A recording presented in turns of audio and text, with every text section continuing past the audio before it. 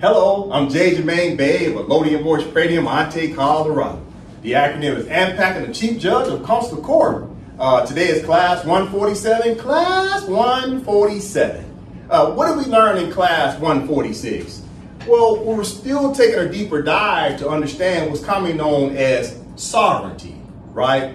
Learn a lot more about sovereignty because sovereignty is vested into what? The Constitution. We needed a constitution for the state. How is a state recognized? It's recognized by its constitution. A constitution is a unilateral contract amongst we the people. We the people came together and agreed to be governed under one sovereign name called what? Moroccans, right? That's the nationality of the people, and that's the nationality of the state itself. Always keep in mind that the state itself is sovereign, and the state turns around and extends sovereignty to the people. And this is why they say that the land is named after the state, and the state is named after the land, or the people, right? So the people are named after the land is named after the people. So what we have to understand is the Constitution and the state, right, is a person in international law, but the Constitution is the legally written instrument that starts to make the state more organic. What do I mean?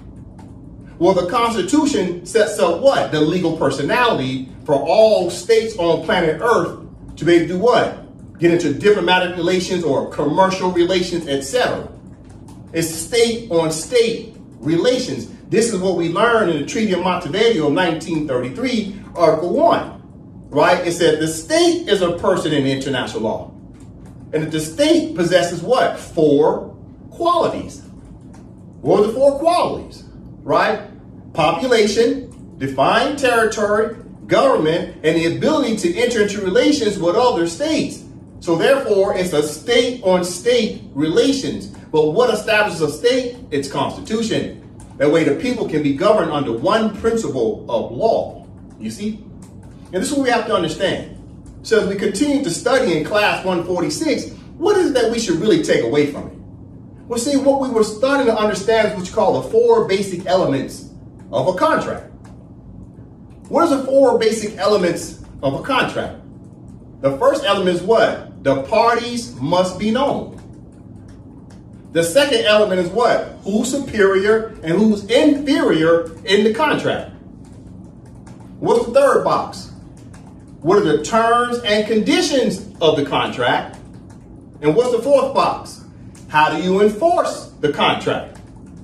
So what you got to understand is in AMPAC study session is teaching you how to enforce the 4 basic elements of contract law. And the reason why the Moors have been failing for decades is because we failed at the understanding and comprehension of the 4 basic elements of how to enforce a contract. And what is the first box in the 4 elements? The parties must be known. That's the first box. So how do you establish the parties in the first place? How are the parties recognized? The parties are recognized through what? The Constitution. The parties are recognized through what? Treaties as well. So constitutions and treaties is what starts to recognize the parties. Right? So then from there, once you have a constitution and treaties that discloses the names of the parties, right? Because your constitution is a unilateral contract that only talks about one party. And who's that one party? The Moroccans of what? The Empire of Morocco. That's the party name. So what type of party are you talking about? Well, if you're talking states, okay, what's the name of the state? Empire of Morocco, right? That's one name. And I say as an example, United States of America. Right? Those are the parties, right? The parties must be known. But if you're talking constitutions, okay, now you still have to tell me the parties. The parties in the Constitution say the same identical thing. It says what? Empire Morocco and who? United States of America. So both the treaties have the same name and the Constitution has the same name. They're equivalent in names, right? So the parties must be known. That's the first box in the 4 elements of contract law. Then from there, what's the second box? Who's superior, who's inferior? So who's superior when it comes to what? Treaties and sovereignty of the land was the Empire of Morocco, and then the United States of America. The United States of America is in a dependency status to the Empire of Morocco. The sultans, back in 1786, the sultan signed a treaty with the 13 colonies, and it was fully ratified in 1787, where the United States of America accepted what? They accepted a free association with an independent state status. They became dependent to, it became what? An appendix to the Empire of Morocco. So therefore, the United States of America came under the protections of the Empire of Morocco. By what? Treaty relations. You see?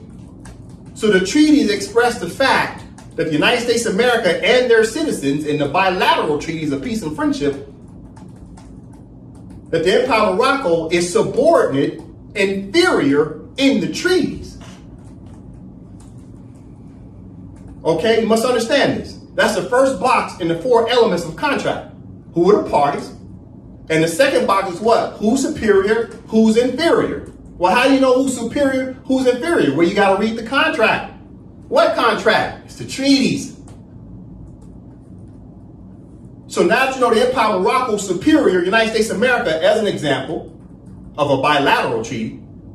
If you're talking multilateral treaties, that's several European states, commonly known as the signatory powers or the Christian powers. They're all inferior in the treaties when it comes to the Empire of Morocco. So then the third box in the 4 elements of contract is what? What are the terms and conditions? What do terms mean? What's the definition of words? You're using words in this contract. How are these words defined? Because the words turn into what? Words turn into sentences. Sentences turn into paragraphs, and paragraphs turn into contracts. So the terms of the words set up the conditions of the contract. So it's terms and conditions because words set up conditions. It sets up the terms, conditions of the parties, and somebody's superior and someone's inferior in that contract. So the third box in the 4 elements of contract law is what are the terms and conditions? What's the 4th box in the 4 elements of contract law? How do you enforce the contract? Well, in the contract, most contracts talk about what? Mediation or arbitration. How you deal with this? What does mediation mean? Mediation means 2 parties just come together and settle it peacefully. What does arbitration mean? That means now you're seeking more of a legal position. You say, okay, I'm going to take this to court. And maybe we can settle before the judge enters a ruling. That's arbitration. You're still trying to come to an understanding because you're threatening a lawsuit. Right?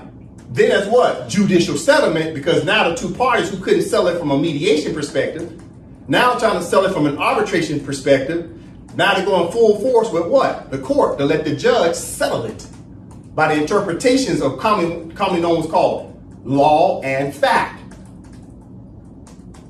So the judge is using the law and the facts of the merits of the case to settle a dispute. Dispute about what? A dispute about what? Treaties. I'm talking international law right now. So how is the Moors ever going to get a victory in a proper venue, in a proper court, which is them trying to enforce the treaties, which is the 4th box in the 4 elements of a contract, when the Moors themselves failed at the first box of the 4 elements of a contract? The Moors never understood what? The party names. We didn't understand. We're just simply Moroccans. Therefore, since we had to understand that we're Moroccans, now you're going to enforce what contracts? You needed now what? In order to enforce the treaties, you needed a state, because only states can be parties to treaties. In order to have a state, you needed what? A constitution. Through the Constitution, it sets up the 3 branches of government that allows now the head of state and the legislative branch to ratify, deposit, and promulgate a treaty. They can become a signatory power to a treaty through your three branches of government. And the Moors failed at the first box because we kept saying we were Moorish American. We kept saying we were black. We kept saying we were Pan-African. Kept saying we're African American, Moorish American, whatever name you can think of. Those names are not in the treaties. You will never see the word Moorish American in any treaty on planet Earth. You'll never see the word Pan-African in a treaty on planet Earth. There's no such thing as a people or state called Pan-Africa. There's no state called Africa America or Moorish American. Nothing. There's nothing in treaties on planet Earth that recognize these connotative linguistics, these misnomers. So therefore, when you turn around and say, oh, I'm Al-Moroccan, you know, this is what the Moors do now. They do this mishmash, right? They create a hybrid. They create a Frankenstein. They say, oh, I'm Moorish American, Al-Moroccan. Wait, time out. You just said your nationality is Moorish American, Al-Moroccan. Who the heck you know on planet Earth got 4 different words in their nationality? First of all, Moorish American is an adjective, so throw that out. And it ain't even in the dictionary. It's not even defined nowhere on planet Earth. Then you say you're Al-Moroccan. Ain't no such thing as Al-Moroccans. There's not one Moor on planet Earth can produce a treaty where the people are called Al-Moroccans. There's no such thing. The Moors made that up. So when you run around and keep saying, oh, I'm Al-Moroccan, guess what you just created? A Frankenstein, a misnomer. It's not in the treaty. Treaties are specific. Law is precise when it comes to the party names. If you walk in a bank right now with some ID, and the ID says Mike Jordan, but the bank account says Michael Jordan, you stand there, well, I got an ID that says Mike Jordan. They say, I can't get you access to the account. You say, come on, man, you know Mike and Michael is the same thing. You know what the bank teller tell you? No, it's not. Why is she being precise? Why is she being particular? It's because the law, right, and the policy of that bank says your ID has to match the account. So you can't walk in there with a misnomer, a nom de guerre, right, some nickname, and try to get access to an account. A lot of people know that people call themselves Mike. Their real name most likely is Michael. But when you're doing real business, the parties must be known. So when you turn around and say, oh, I'm Al-Moroccan, guess what? That's not the name on the contract. So therefore, you can't enforce a nationality called Al-Moroccan. You got to drop the Al and stick with Moroccan, period. It's just simply Moroccan. So you turn around and try to write a constitution that says your nationality is Al-Moroccan, guess what? You can't enforce the treaties. It's just like you can't get access to a bank account when you say you're Mike, but the account says you're Michael. Even though Mike and Michael, some people say they're semantics, they're similar, but guess what? They're not equivalent. It's not the same when it comes to law. So what do we have to do as Moors? That's the problem. Okay, what's the solution? First of all, we have to master the 4 basic elements of a contract. We have to understand the first box is the parties must be known. So who are the parties? Well, the first thing is the party is who? The state. What's the name of the state? Empire Morocco. Not a Mexim. There's no state on planet Earth called a Mexim. So we got to fix this. We failed at that too. The state is Empire Morocco. That's the first box. Okay, what's the nationality? Because the people are named after the land and the land named after the people. So what's the nationality of the people of the Empire Morocco? Moroccans. That's the first box in contract law. And that's what we did through the Constitution of the Empire Morocco. We made sure first the party name was one of the state, Empire Morocco. What's the nationality of the people? Moroccans. Now we can enforce treaties because we can get past what? Box number 1. Parties must be known. Parties must be precise, must be particular. Now, if this was a combination lock, right? You twisted that lock back and forth. You got to know the combination. And it's 4 numbers in this combination. What's the 4 numbers in this combination? You got to get it right. First box is parties must be known. Empire Morocco for Moroccans. That's the first box of the combination to get access to what? Your liberation. What's the second box? Who's superior? Who's inferior? Oh, now you know you're superior, and you know whoever's in the contract of the bilateral and multilateral treaties is what? Inferior. So therefore, if you're superior, what does that mean? You get to enforce what? Jurisdiction, commonly known as what? Legislative jurisdiction and adjudicative jurisdiction. You get to control the laws. Therefore, if you get to control the laws, now you set up what? The terms and conditions, which is the third box of the 4 elements of a contract. The third box sets up what? Terms and conditions. So what are you enforcing first? The treaties, because the treaties are well set of principles of law. The treaties already set forth certain what? Terms and conditions. And then the state, through its legislative branch, start to enact additional laws and statutes that sets up further what? Terms and conditions of what? Laws that sets up what? Your rights. Your rights. When they say, well, what's my rights? You know what rights means? What's the law that recognizes my rights? So the third box in the 4 elements of contract was terms and conditions. So the proper person in law, which is Empire Morocco for Moroccans, first box, and the second box says, now you're superior. Since you're superior in the contract, you get to write what? The laws, and then enforce it through what? Your courts.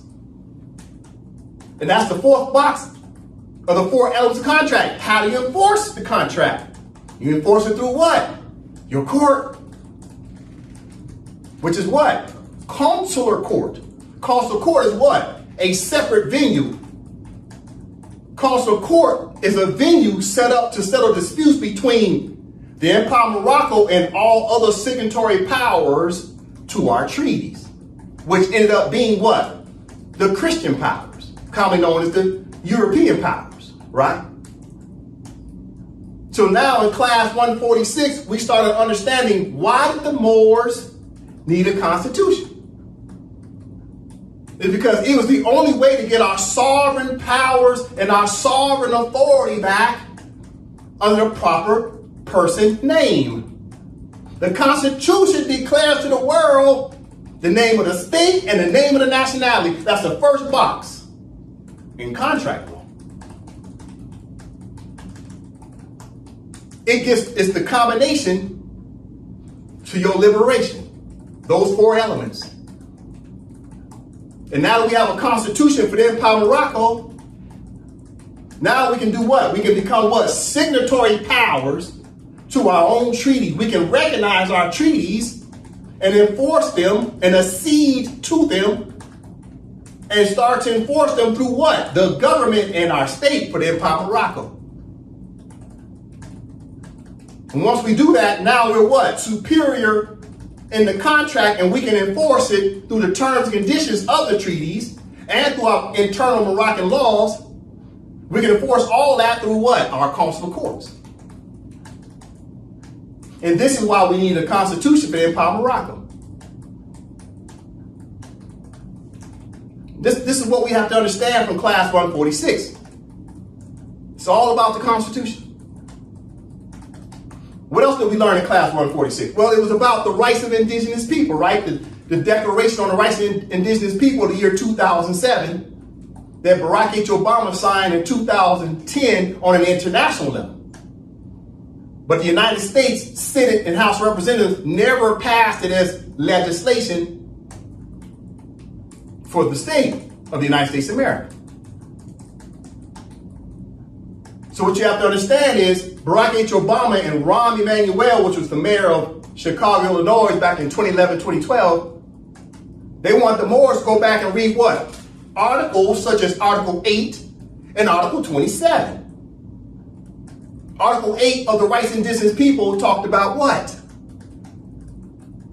That the colonial states had to do what? They had to establish, right? Mechanisms, effective mechanisms for prevention. They had to come up with laws and foreign policy, such as the United States of America as an example. Under Article 8 of the Declaration on the Rights of Indigenous People, the colonists have to enact policies or legislation that prevents their officials from violating the rights of the Moors while they're trying to decolonize. While the Moors are at varying stages of advancement, the United States federal government has to enact statutes and foreign policy and hand it down to the several union chartered states of the United States. The several union states have to adopt that legislation or adopt that policy of the federal government. That way the governor, the legislative branch, can pass either legislation or the governor can come up with policies that's handed down from the governor's office to all of the counties, which is commonly called municipalities. That way the local municipalities, as well as an example, the state of Texas, along with the federal government, they all have similar legislation or policies that prevents them from doing anything to abuse the Moors' rights while they're at varying stages of advancement to establish and emerge as a sovereign, independent state. Under one word, what is the most important word in all of that? It's called decolonization. Decolonization in itself is a term in international law. Decolonization means what? That means you're removing the colonist extraterritoriality jurisdiction.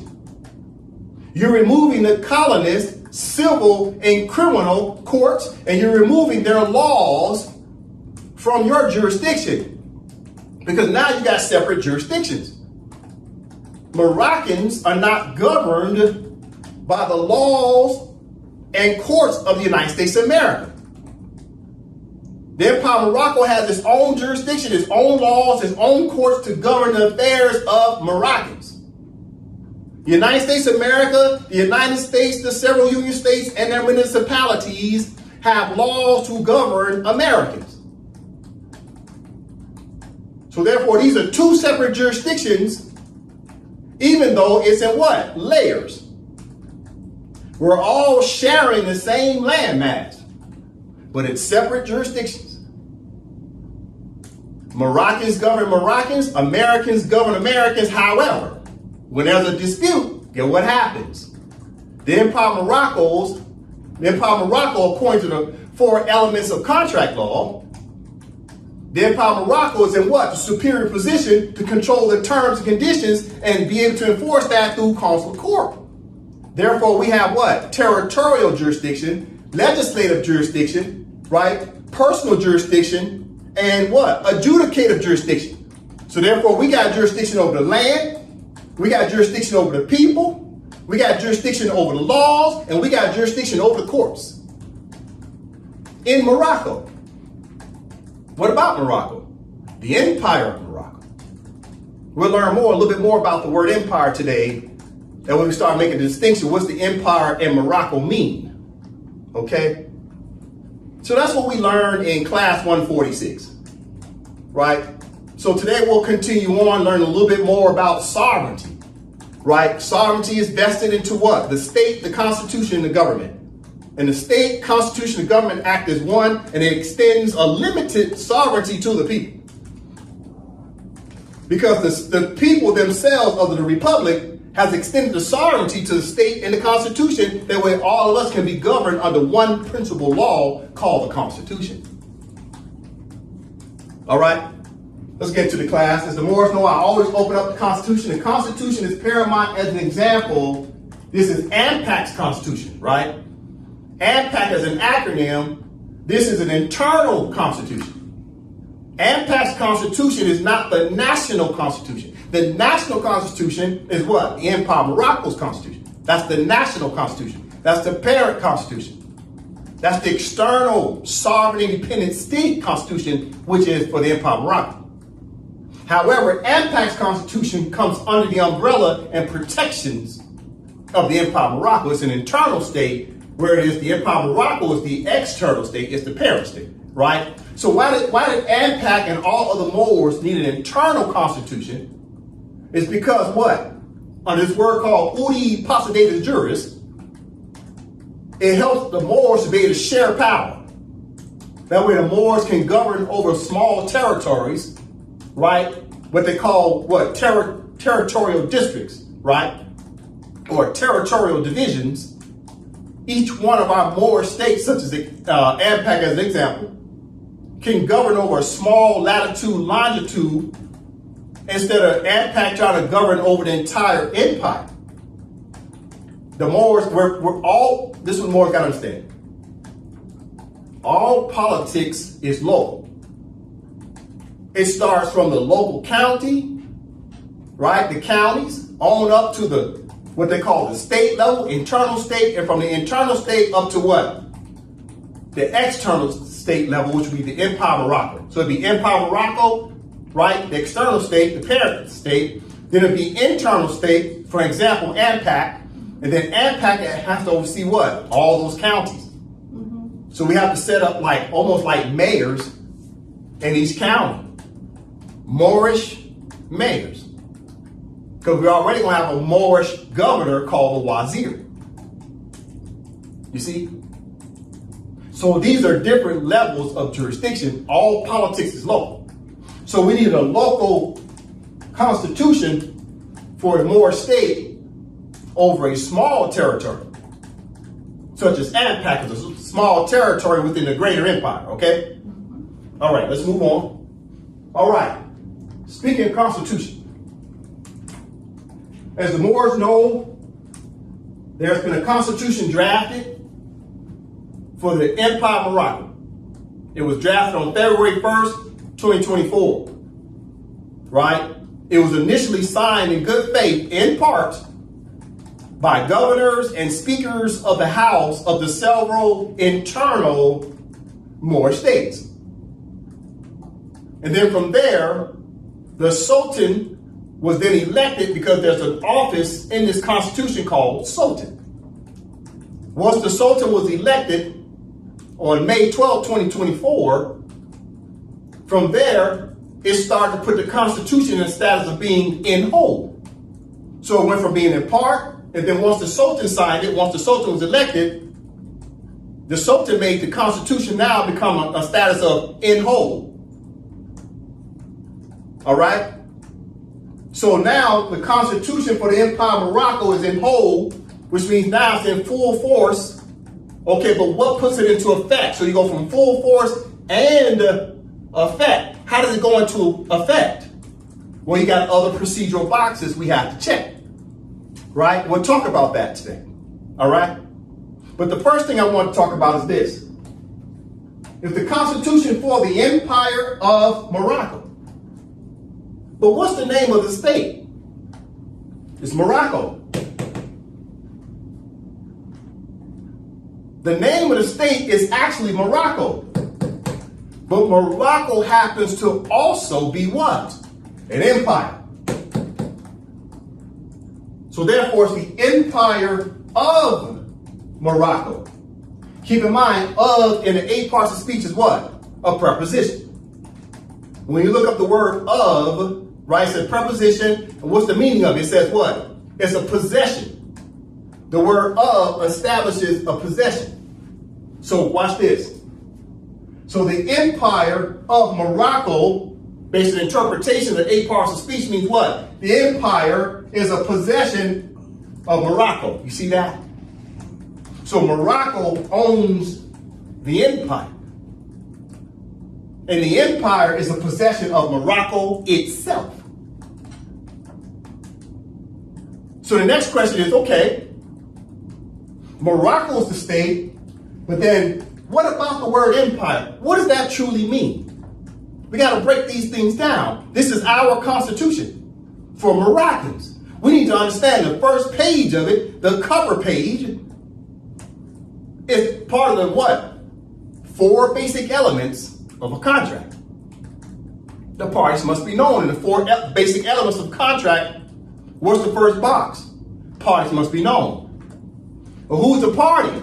Okay, Empire Morocco. But you still got to break that down. Morocco is the state, but it's an empire state. But now you understand, okay, what is an empire? Is that recognized? Because we know Morocco's recognized, but is empire recognized? Yes. Well, since the parties must be known, let's understand what does empire mean. That's the cover page to your Moroccan constitution. Right? Listen, what does empire mean? Nova? Empire is a noun. 1, an extensive group of states or countries under a single supreme authority, formally, especially an emperor or empress, the Roman Empire. Read again. Empire is a noun. 1, an extensive group of states or countries under a single supreme authority, formally, especially an emperor or empress. Pause. So an empire is a noun. So the empire itself is a person, place, or a thing. Right? So the empire is what? An extensive group of states or countries under a single supreme authority. You see that? So the empire consists of what? An extensive group of states and countries. What are countries? States. So the empire encompasses Moroccan internal Moor states, and it also encompasses what? European states. And of the European states, the Europeans also have states within them, such as Germany. Germany is a state that's in Morocco. It's in the Empire of Morocco.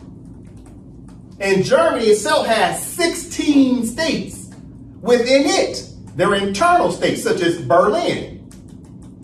Berlin is an internal state of Germany. Germany is the parent state to Berlin.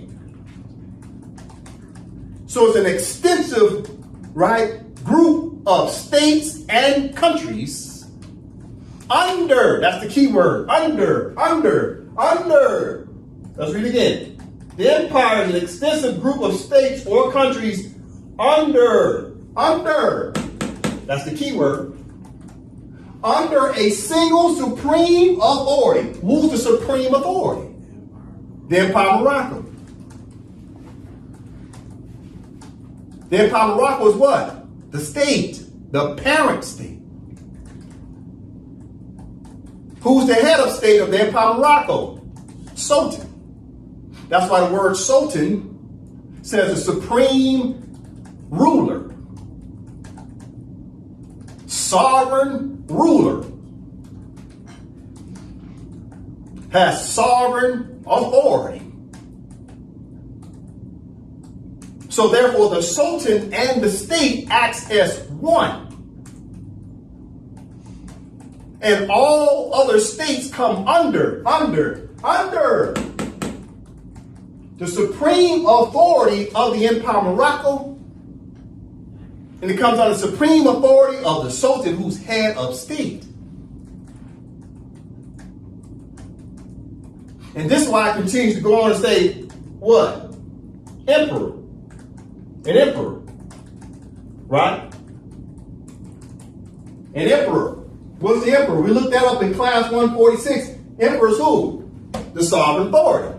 The sovereign ruler. that oversees all kings, queens, presidents, and prime ministers. This is what the Black's Law Dictionary said, 4th edition. 4th edition came out in what year? 1951. That's the year it was publicized. It was published, 1951. 4th edition. So, under the definition of empire, we got to understand this word, so I'm taking my time. Empire is an extensive group of states or countries under a single supreme authority. Who's the authority in the 4 elements of contract? Parties must be known as what? The empire of what? Morocco, because the empire is a possession of Morocco. So therefore, Morocco as an empire is a supreme authority over all states. And all states come under it. It's commonly known as what? Jurisdiction. So the Empire of Morocco has the ultimate jurisdiction over any other state. Therefore, the Empire of Morocco as a state, the Empire of Morocco for the office of Sultan, the Empire of Morocco for the government itself, the executive branch, legislative branch, judicial branch, has a supreme power, right? Sovereign authority, sovereign power of jurisdiction. What about jurisdiction? Subject matter jurisdiction. Depending on the subject, all subjects, whether civil or criminal subject, right? If that's the subject of something criminal or is the subject about something civil, then the Empire of Morocco has the subject matter jurisdiction over both of those statuses of both criminal and civil. So therefore, the Empire of Morocco has what? Territorial jurisdiction over the territory throughout the Empire of Morocco. The Empire of Morocco has personal jurisdiction, which means the Empire of Morocco has jurisdiction over all nationals and citizens, no matter what their nationality is. The Empire of Morocco has what? Legislative jurisdiction, which means the Empire of Morocco gets to draft all the laws that governs over that territory. And the Empire of Morocco has what? Adjudicative jurisdiction, judicial jurisdiction through what? Consular court. So you have to understand the 4 elements of contract, the parties must be known.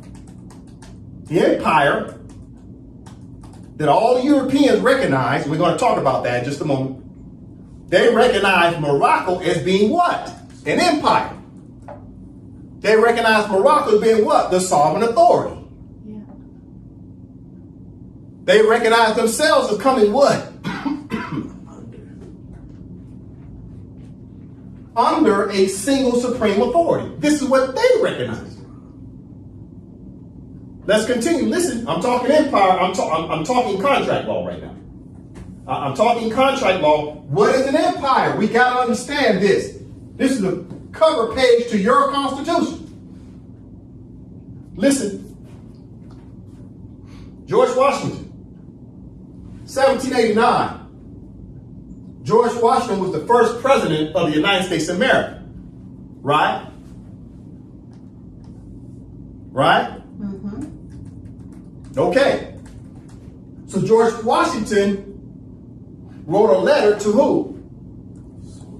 The Sultan. Sidi Muhammad, the 1st of December, 1789.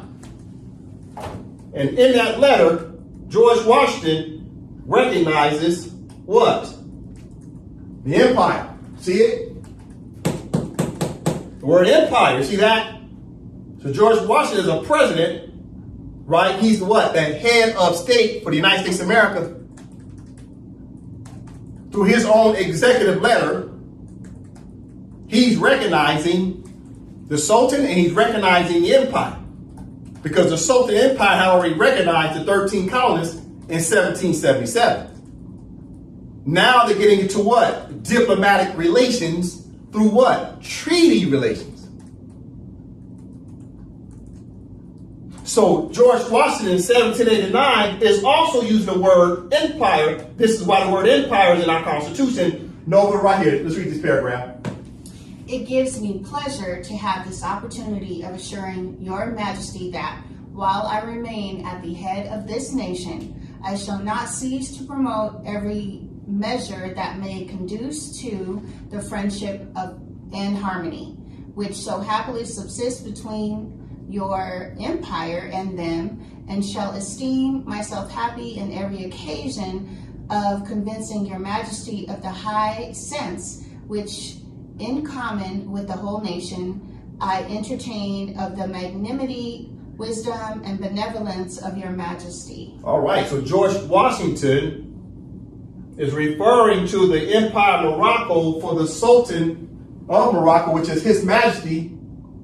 He's recognized His Majesty with the Sultan. The Emperor is overseeing what? An empire. You see that? This is George Washington, 1789. Where else do we see the word empire, right? Because we got to understand this word empire is recognized in international law. It's what you call substantive law. The word empire in itself is a substantive law term that can stand all by itself because it's a noun. And it's recognized in what? Treaties and international correspondence that recognize the Morocco as being what? An empire. And empire means that all other states come under Morocco, because Morocco's an empire. You got to see what I'm saying? So therefore, George Washington, by him recognizing Sidi Muhammad, and he's recognized the empire, George Washington right then and there was recognized the fact the United States of America's Constitution that was deposited with the Sultan of Morocco December 1st, 1789, George Washington recognized that that Constitution was what? Under the authority of the Empire of Morocco and the Sultan. You see what I'm saying? Mm-hmm. Just by him using the word empire. Right. Okay? And he came under protections. So therefore, in the Treaty of Madrid, which is a multilateral treaty, now we're talking treaties, and treaties create what? Substantive law. What does substantive law mean? Standing in law. So the treaties by itself can stand all by themselves.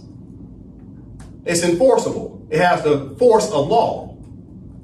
What type of law? International law. Treaties are a subject of international law. But constitutions are also a subject of international law. Constitutions come under the category of international law. That must be understood. So in the Treaty of Madrid, where else does it say empire? Okay. Article 15.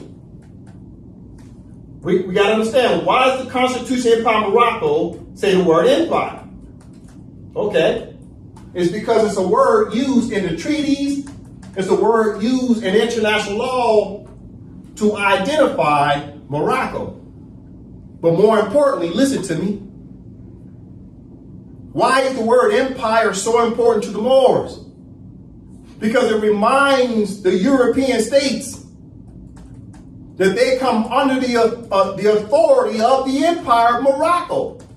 See, the word empire is reminding to them that they're subordinate, that they're inferior in the contract. What contract? The treaties. The word empire is a reminder to the Moors that we're superior, and is a reminder to the European states that they're inferior. Now, I didn't make that up. That's not me just having hyperbole here. This is what the European states agreed to as negotiating states in these treaties. They were there during the drafting of these treaties. They were there during the signing of these treaties. They're the ones who brought these treaties back to their governments, their parliament, and passed it through their house, their legislative branch, and fully ratified these treaties. Then they turned around and deposited these treaties. Then they did what? Promulgated, meaning they announced it as public law to their nationals. It is the European states who recognize themselves as coming under the sovereignty of the Empire of Morocco and the Sultan. They did that by their own acquiescence and consent. So that's not me standing here with arrogance saying, oh, United States of America comes under the Empire of Morocco. That's not an opinion. That's a matter of fact of what? Law. Substantive law. You gotta understand what I'm saying. They did this to themselves. So the word empire is in the Treaty of Madrid of Article 15. No, read it from the top. Right of protection in Morocco for July 3rd of 1880, Article 15. Any subject of Morocco who has been naturalized in a foreign country and who shall return to Morocco shall, after having remained for a length of time equal to that which shall have been regularly necessary for him to obtain such naturalization, choose between entire submission of the laws of the empire and the obligation to quit Morocco, unless it shall be proved that his naturalization in a foreign country was obtained with the consent of the government of Morocco. So therefore, in the Treaty of Madrid is a multilateral treaty with the European states. And in this treaty,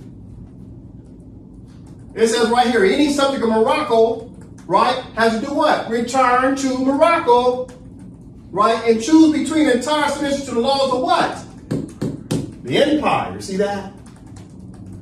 Why is this word important in Article 15? Well, first of all, the Moors have returned to what? The empire. So therefore, the empire in itself is a noun. And we have to return to the empire. Empire of what? Morocco. So the empire of what? Morocco. Well, what about Empire Morocco? Empire Morocco is what? Government. You see? So therefore, Morocco is what? The state. And then you also have to have what? The government. But the state is recognized as being what? An empire. So therefore, all the signatory powers to this multilateral treaty recognize this as being an empire, right? Which means they recognize their states as coming under the authority of the Sultan and under the empire of Morocco's sovereignty and independence. This word empire is very important for the Moors to understand. It's being recognized in treaties. Therefore, it shall live forever. You see? Because the European powers recognize the empire. Listen, here's the Act of Serres of 1906, another treaty. Between who? Sultan Morocco for the Empire of Morocco, and who? The other signatory powers was the European powers. And in this treaty, it recognizes what? I'm just taking my time here.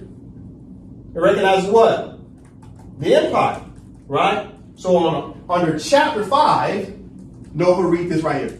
Chapter 5, a regulation concerning the customs of the empire and the repression of fraud and smuggling. So therefore, in the treaty itself talks about the empire.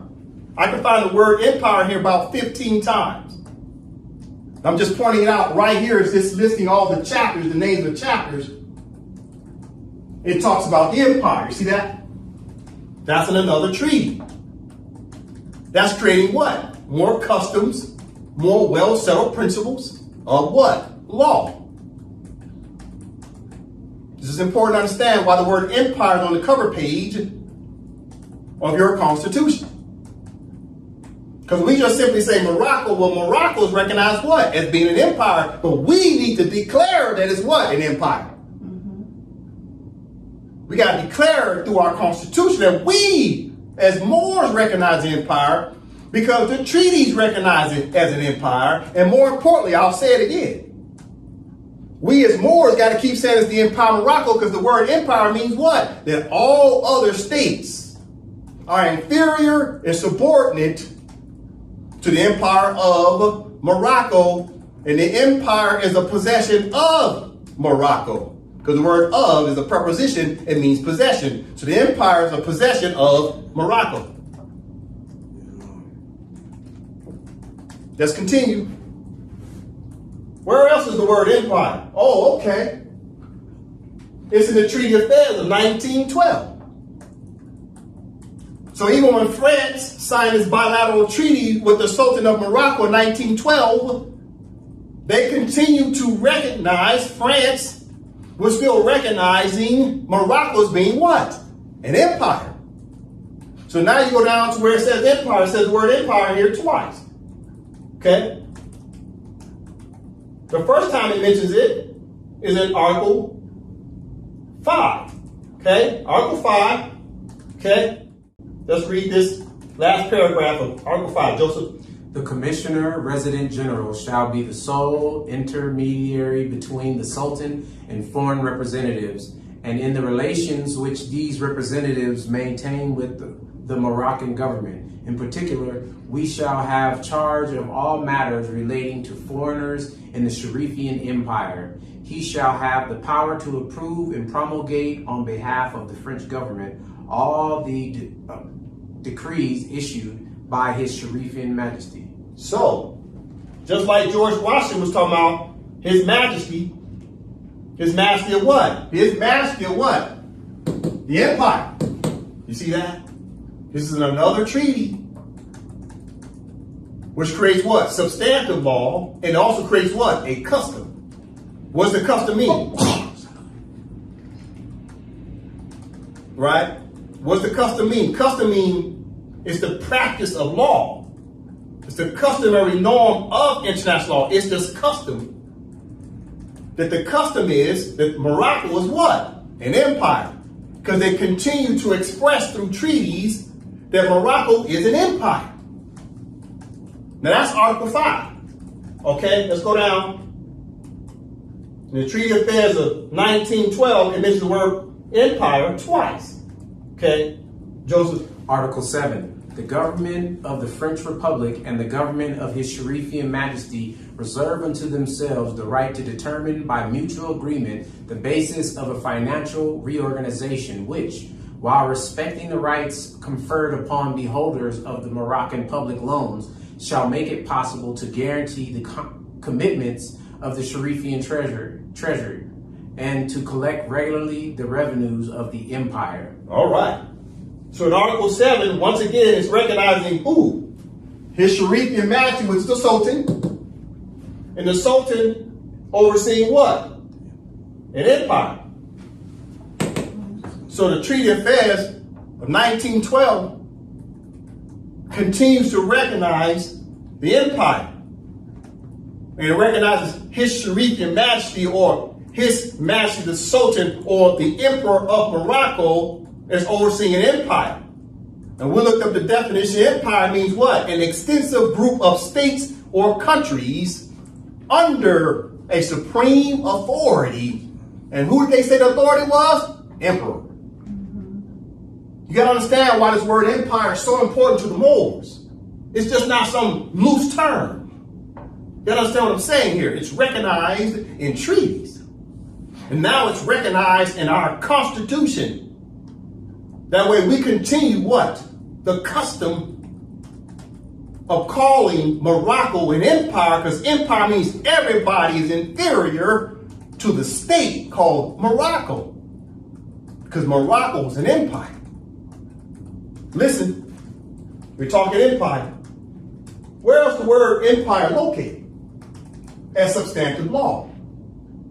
Well, what do I have up here? This is a ruling from the International Court of Justice. So now we got what? Case law.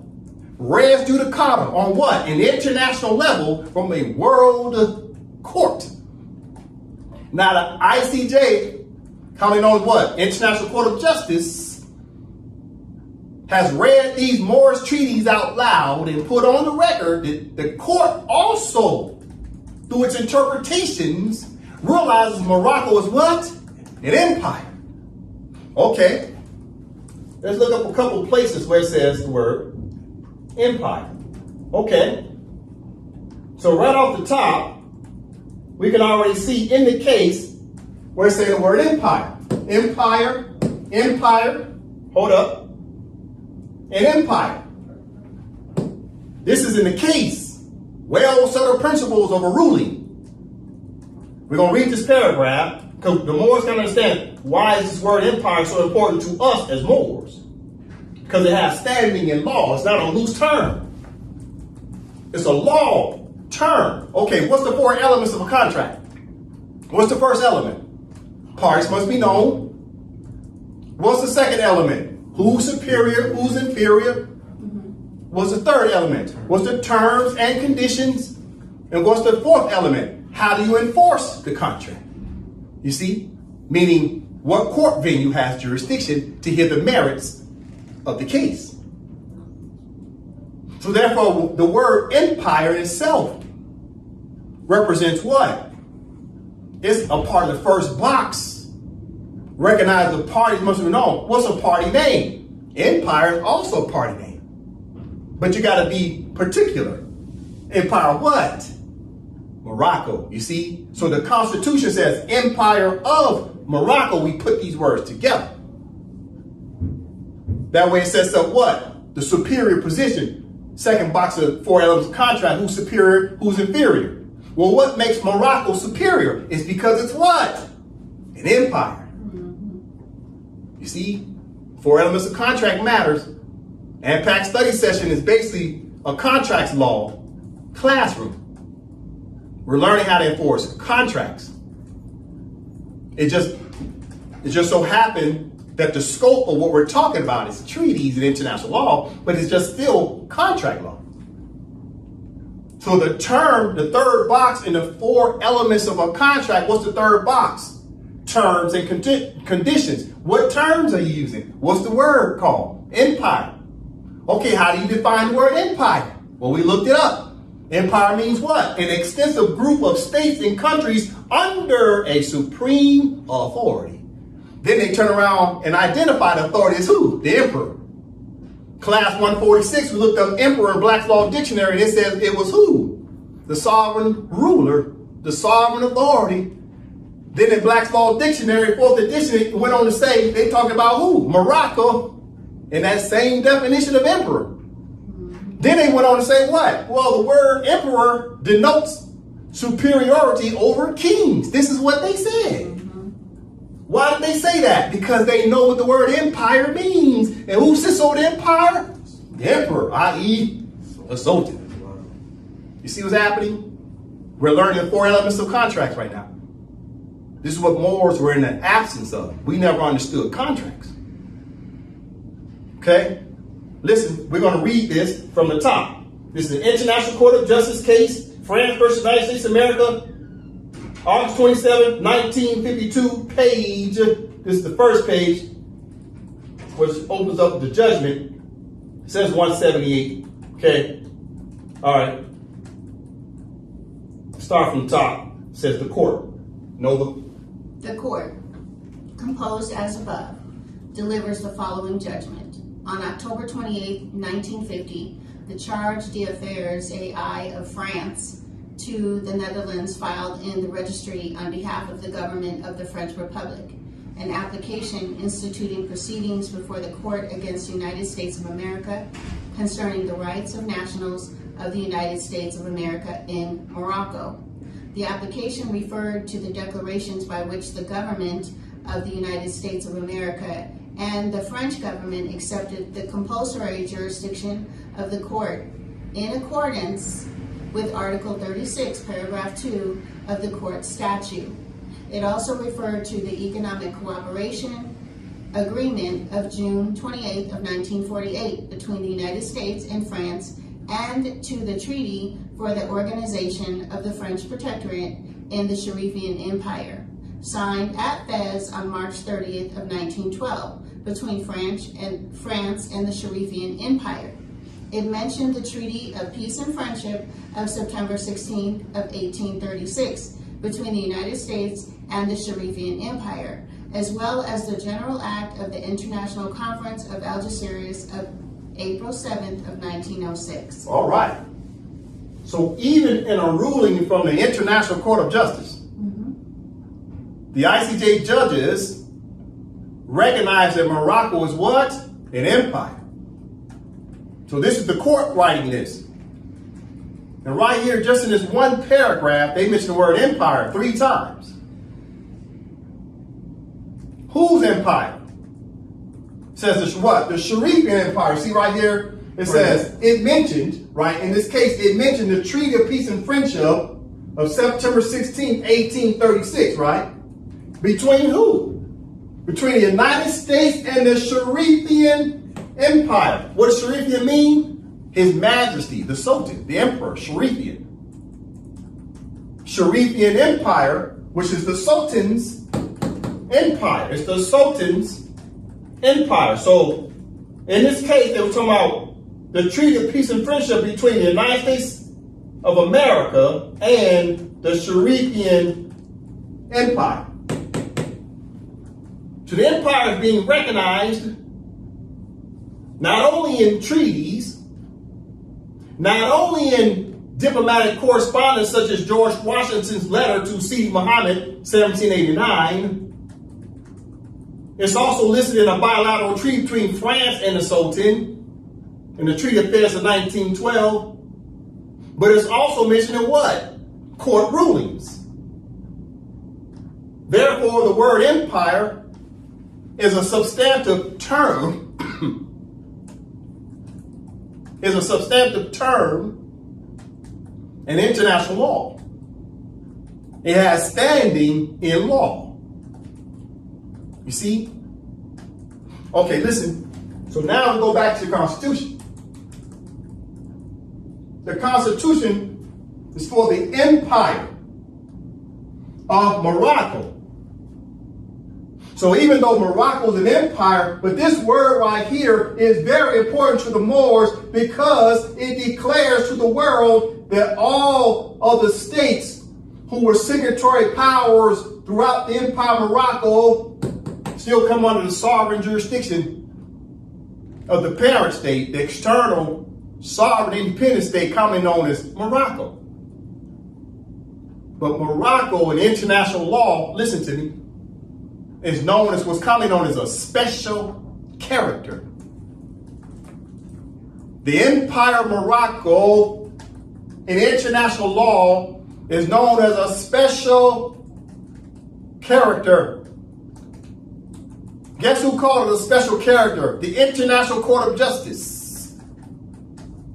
In the case, listen, in the case, no, I'm sorry. International Court of Justice, reports of judgments, advisory opinions, and orders. Western Sahara, advisory opinion of the 16th of October of 1975. Okay, so in this case, they were talking about the Empire of Morocco.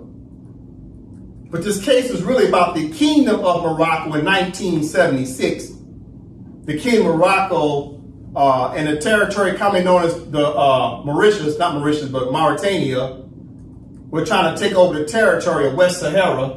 West Sahara is a territory south of the Kingdom of Morocco.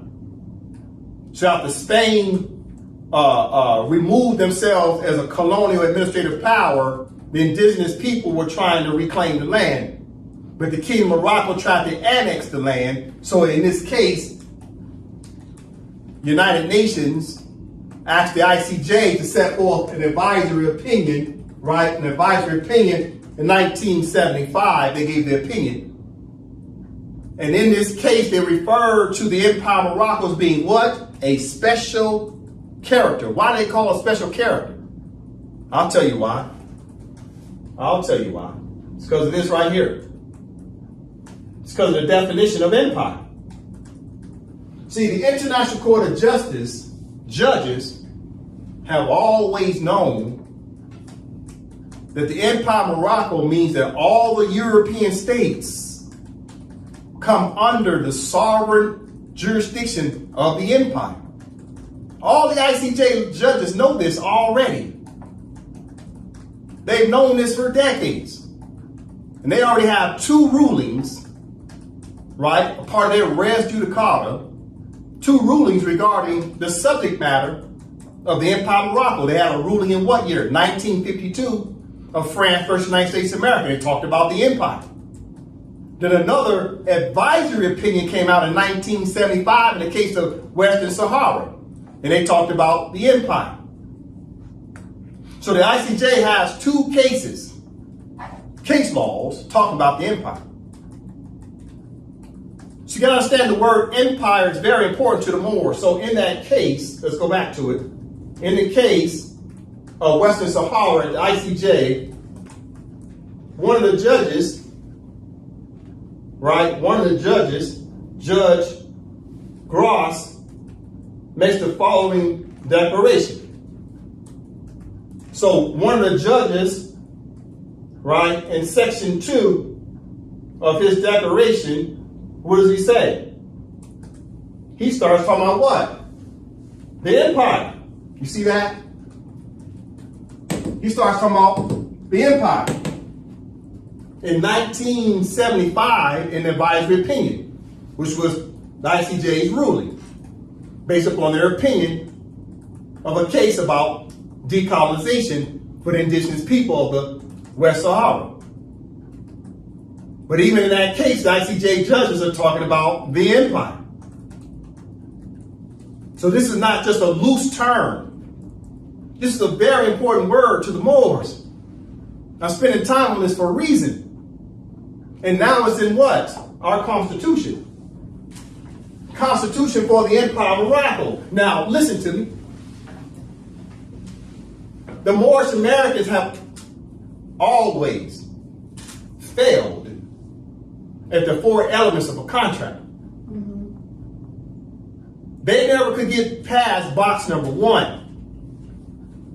The Moors will tell you they got all kind of constitutions. The Moorish Americans will tell you they got all types of constitutions. And none of their constitutions express the fact that the land, i.e. the state, is what? Empire of Morocco. And none of the Moorish Americans in their constitutions recognize their nationality as being Moroccan. None of the constitution. They keep saying they're where? They keep saying they're where? In a maxim. A maxim is not a state. They keep saying they're where? In America. Well, America is recognized by the Sultan as being a separate party. It's the inferior party in the contract. When you say you're American, you just accepted the status, the political status of being in an inferior position, according to the contract. What contract? Treaties. Then you turn around and say your nationality is Moorish American. That don't exist nowhere on planet Earth. So we as a people have failed for decades, all because we didn't understand the four basic elements of a contract. We couldn't get past box number one because we didn't even know the party names. Somebody told us, oh man, this is Turtle Island. Wait, time out. I thought this was a continent. Why the hell we run around calling it a Turtle Island and we're standing in a continent? This is the foolishness of Moors. Yeah, man, see, this is Turtle Island. An island? An island is Cuba. This is the continent we're standing on. It's the mainland. It's the inland of a continent. Then we said it's a maxim. You can't find the word maxim nowhere in a dictionary, nowhere in a treaty, nowhere in any international correspondence whatsoever. We have failed as a people. This is what I'm trying to impress upon the Moors. I love all the Moors, but we've been miseducated and misled, misinformed, and what? Uninformed. Which made all of us crash test dummies. Because we had our ignorance on display when we run around calling ourselves a name that does not exist in law. We run around talking about we had rights to a state called a maxim, and that don't even exist. Everything we were making up was a belief.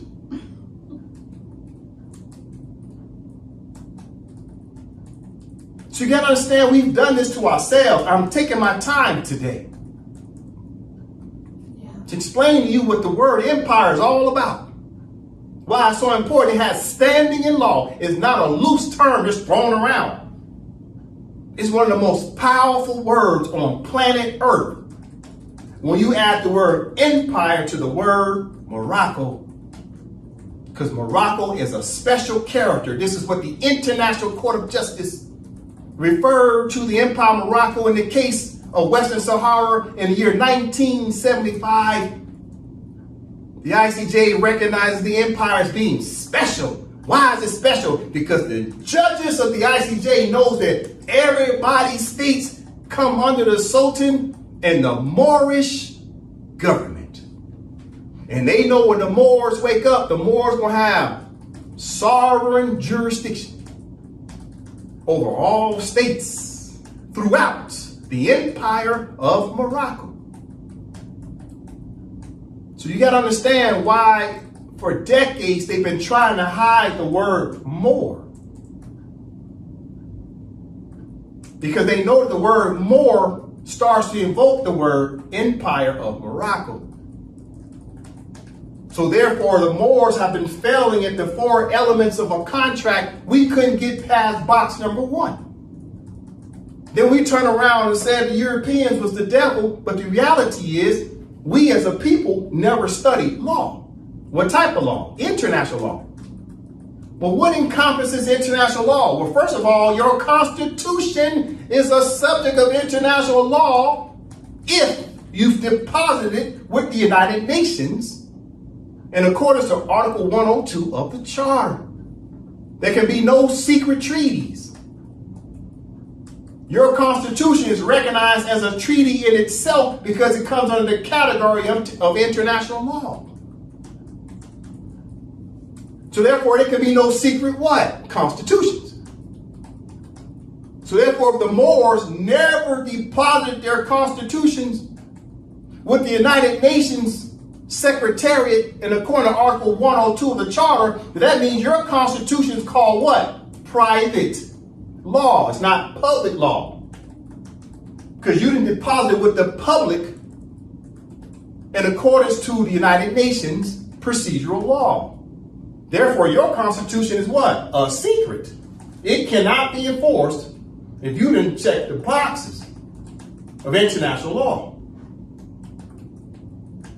So the Constitution was important to the Moors. What else about the Constitution? Listen. I'm taking my time. We've checked these boxes. You see in yellow? We had 10 boxes.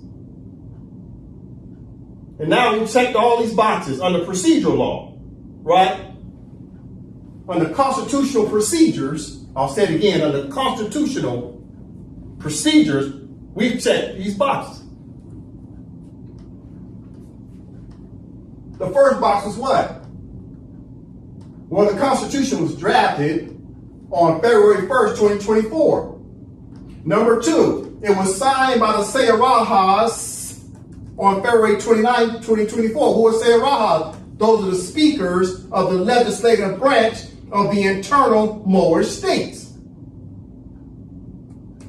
Number three, the Constitution was signed by the Wazirs on February 29th, 2024. Who are the Wazirs? Wazirs are governors of the several internal Moorish states. Number four, there was an election day for the Sultan was May 12th, 2024. We elected the Sultan. The Sultan's name is now what? Abdul Smith Al-Kabir, right? Listen, who's the Sultan? There he is. The Sultan is Abdul Smith Al-Kabir, has been elected as Sultan by the people on May 12, 2024. All right? Number five, there was a Declaration of Independence promulgated by the Sultan on May 13, 2024. So the Sultan himself, after being elected, declared the independence of what?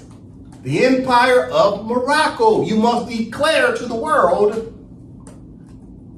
you want to be independent. Right?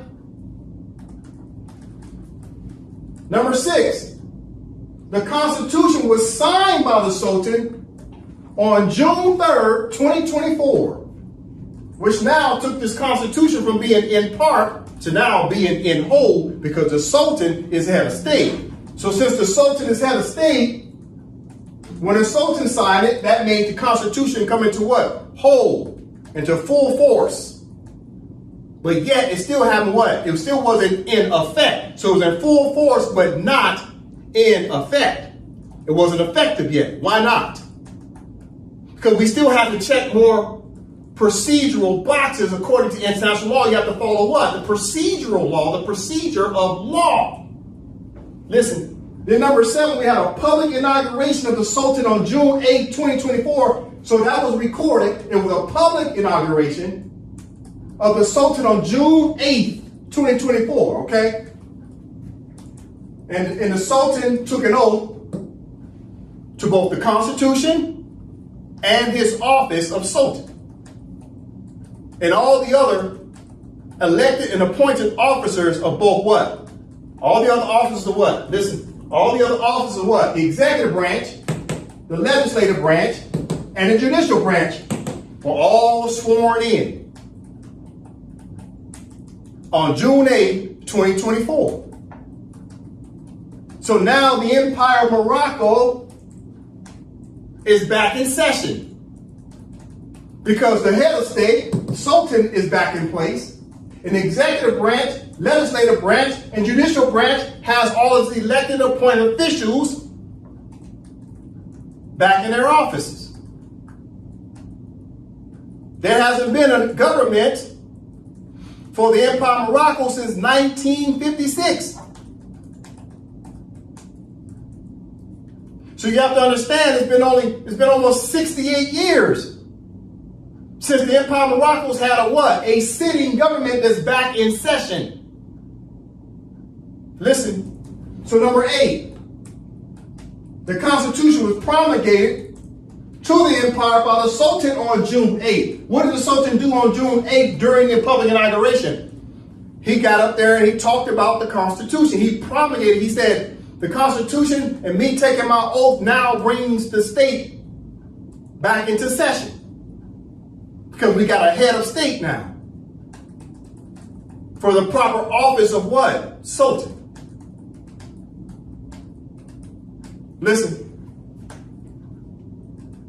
Number 9, the Constitution was deposited at the United Nations on June 13, 2024. As soon as the Constitution was deposited with the United Nations in accordance to Article 102 of the Charter, the Constitution immediately went into what? Full force and effect. Why did it go into effect once we deposited it? Because that's a part of the procedural law of international law. And then last but not least, box number 10. We send correspondence via postal mail and email, right? We send notification. That's an important word in international law, right? These words right here. Deposited and notification. So deposit and notification are very important words in international law. You have to first deposit with the United Nations even before you can do notification. Because you can't notify somebody about your constitution because it's a secret constitution if you did not follow the instructions of international law. So you got to deposit first, right? We're going to talk about that in just a second. So box number 10 says what? Who do we get notification to? Well, we get notification to the United States of America, France, United Kingdom, Germany, Spain, Portugal, Denmark, Netherlands, Sweden, Austria, Hungary, Italy, Belgium, Russia, His Catholic Majesty of the Holy See, the Kingdom of Morocco, and Canada on June 13, 2024. We gave them notice. Which is the same day we also did what? We deposited, line number 9, we deposited the United Nations also on June 13, 2024, that now makes the Constitution in full force and effect. Why is it now in effect? Because we deposited with the United Nations and we turn around and gave notification to all the other interested parties. Right? We were following what's commonly known as what? Procedural law of international law. Right? So let's now listen. What do I have up here? Let's talk substantive law and procedural law, or why we did what we did with the Constitution of all those 10 steps. So the Charter of the United Nations set up substantive law because the Charter itself is what? Law. Then within the Charter started to set up what? Processes, procedures, the due process of what? Law.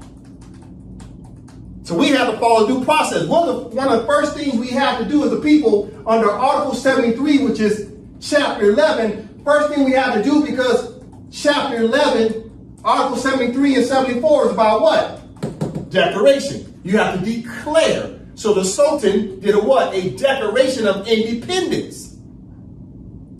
Because this is what this is all about under Article 73. You got to declare what? You want to be independent. Which means you're seeking what? What are the three political statuses that indigenous people can try to establish for themselves and their people? Well, we learned in United Nations Resolution 1541 of the year 1961, principle number 6 had 3 choices for indigenous people. What was the first choice out of it? It was A, B, and C, right? 3 choices. What was the first choice? You can emerge as a sovereign, independent state. That's a political status. Or B, which is number 2, you'd be what? Free association with an independent state. Or number 3, which was C, you could be what? An integration with an independent state. So the Sultan of Morocco declared what in our independence? Declared what? That we're what? We're choosing what? Box number 1. Emergence as a sovereign, independent state. You see? So we're following the instructions of international law that we have to declare. It's procedural law, so substantive law and procedural law. What else? Okay. Now you come down to what? You come down to what? 102. In the Charter of the United Nations, Chapter 16, miscellaneous provisions, Article 102, now we have to deposit. Right? No, from the top. Article 102, 1. Every treaty and every international agreement entered into by any member of the United Nations after the present charter comes into force shall, as soon as possible, be registered with the Secretariat and published by it. All right, so in Article 102, the Empire of Morocco had to be deposited with the Secretariat. It says every treaty and every international agreement. What's an international agreement? Well, Constitution is recognized as a subject of international law. So therefore, the Constitution is an agreement, a unilateral agreement amongst who? We the people. And who are the people? Moroccans. You see? So the Constitution had to be deposited with the United Nations in accordance to Article 102. All right, so that's Section 1, right? Section 2, no. 2. No party to any such treaty or international agreement which has not been registered in accordance with the provisions of paragraph 1 of this article may invoke that treaty or arrangement before any organ of the United Nations. So therefore, if you don't deposit the United Nations in the corner of Article 102, your internal constitution is not enforceable. It's considered a secret treaty, or a secret agreement. It can't be enforceable. So this is why the Moors had to deposit with the United Nations in the corner of Article 102. Now, what's another reason why the Moors needed a constitution for the Empire of Morocco? It's because after 1945, the Charter of the United Nations set forth substantive law and procedural law to set up rules of engagement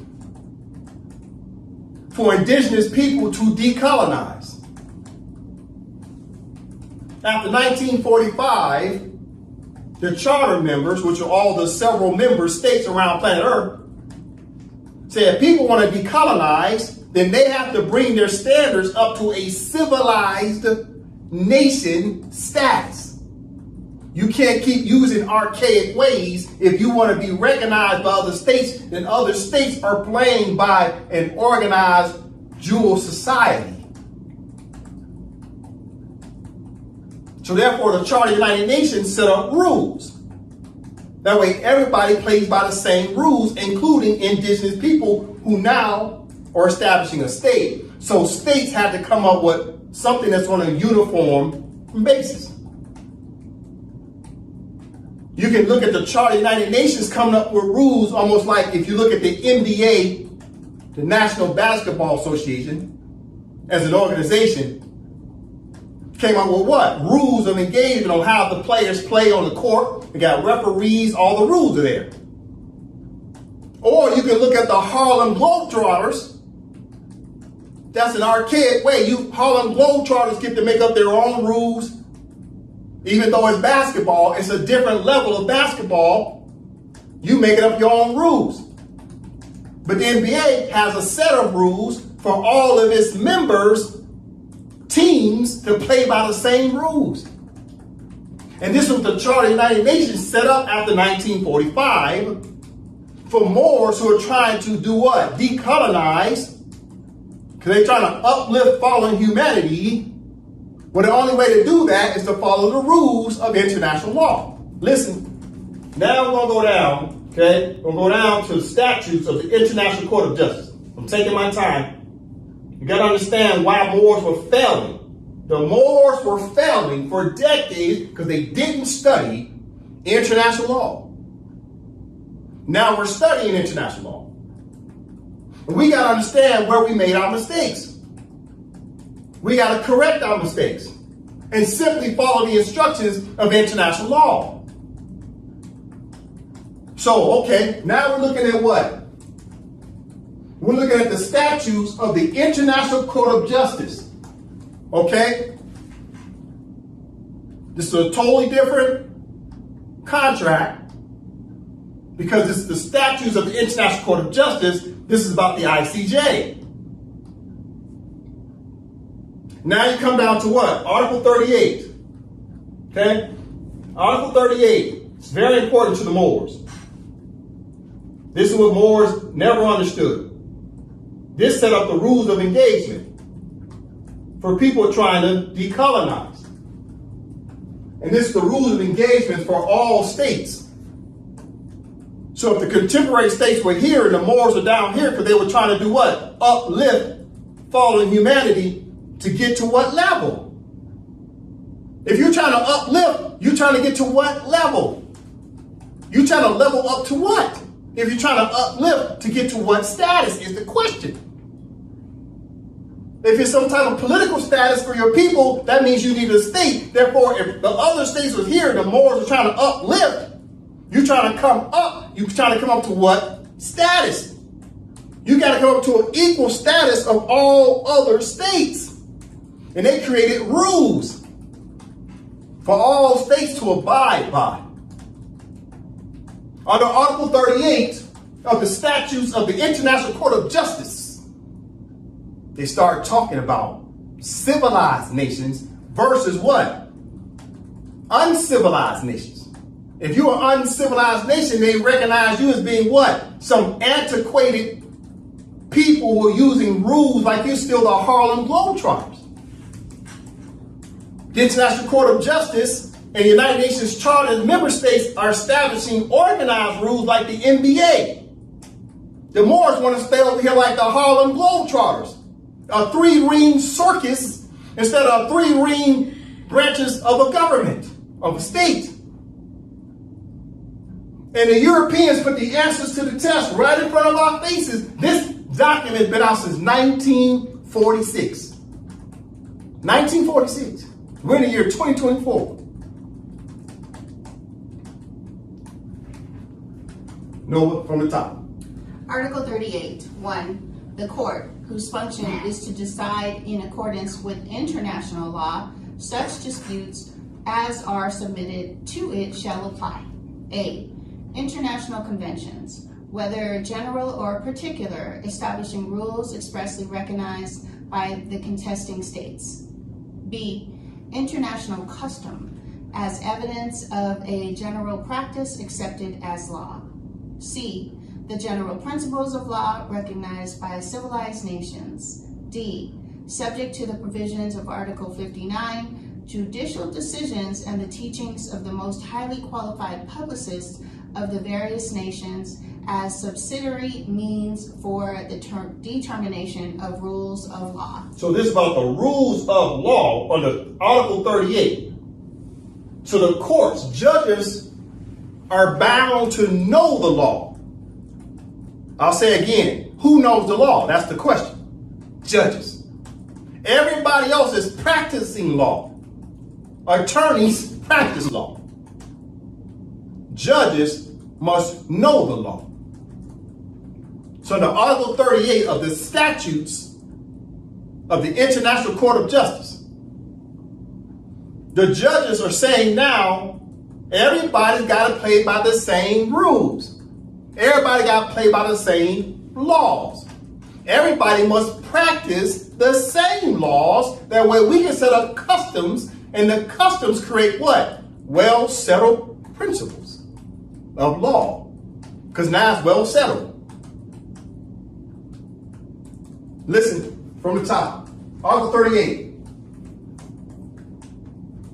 The court whose functions is to decide in accordance with international law, such disputes as are submitted to it shall apply. So the first thing the court is saying, what is it utilizing? International law. This is what we got to understand off the top. Article 38 says the world of states are using international law. Continuing, A. International conventions, whether general or particular, establishing rules expressly recognized by the contesting states. So states recognize the rules.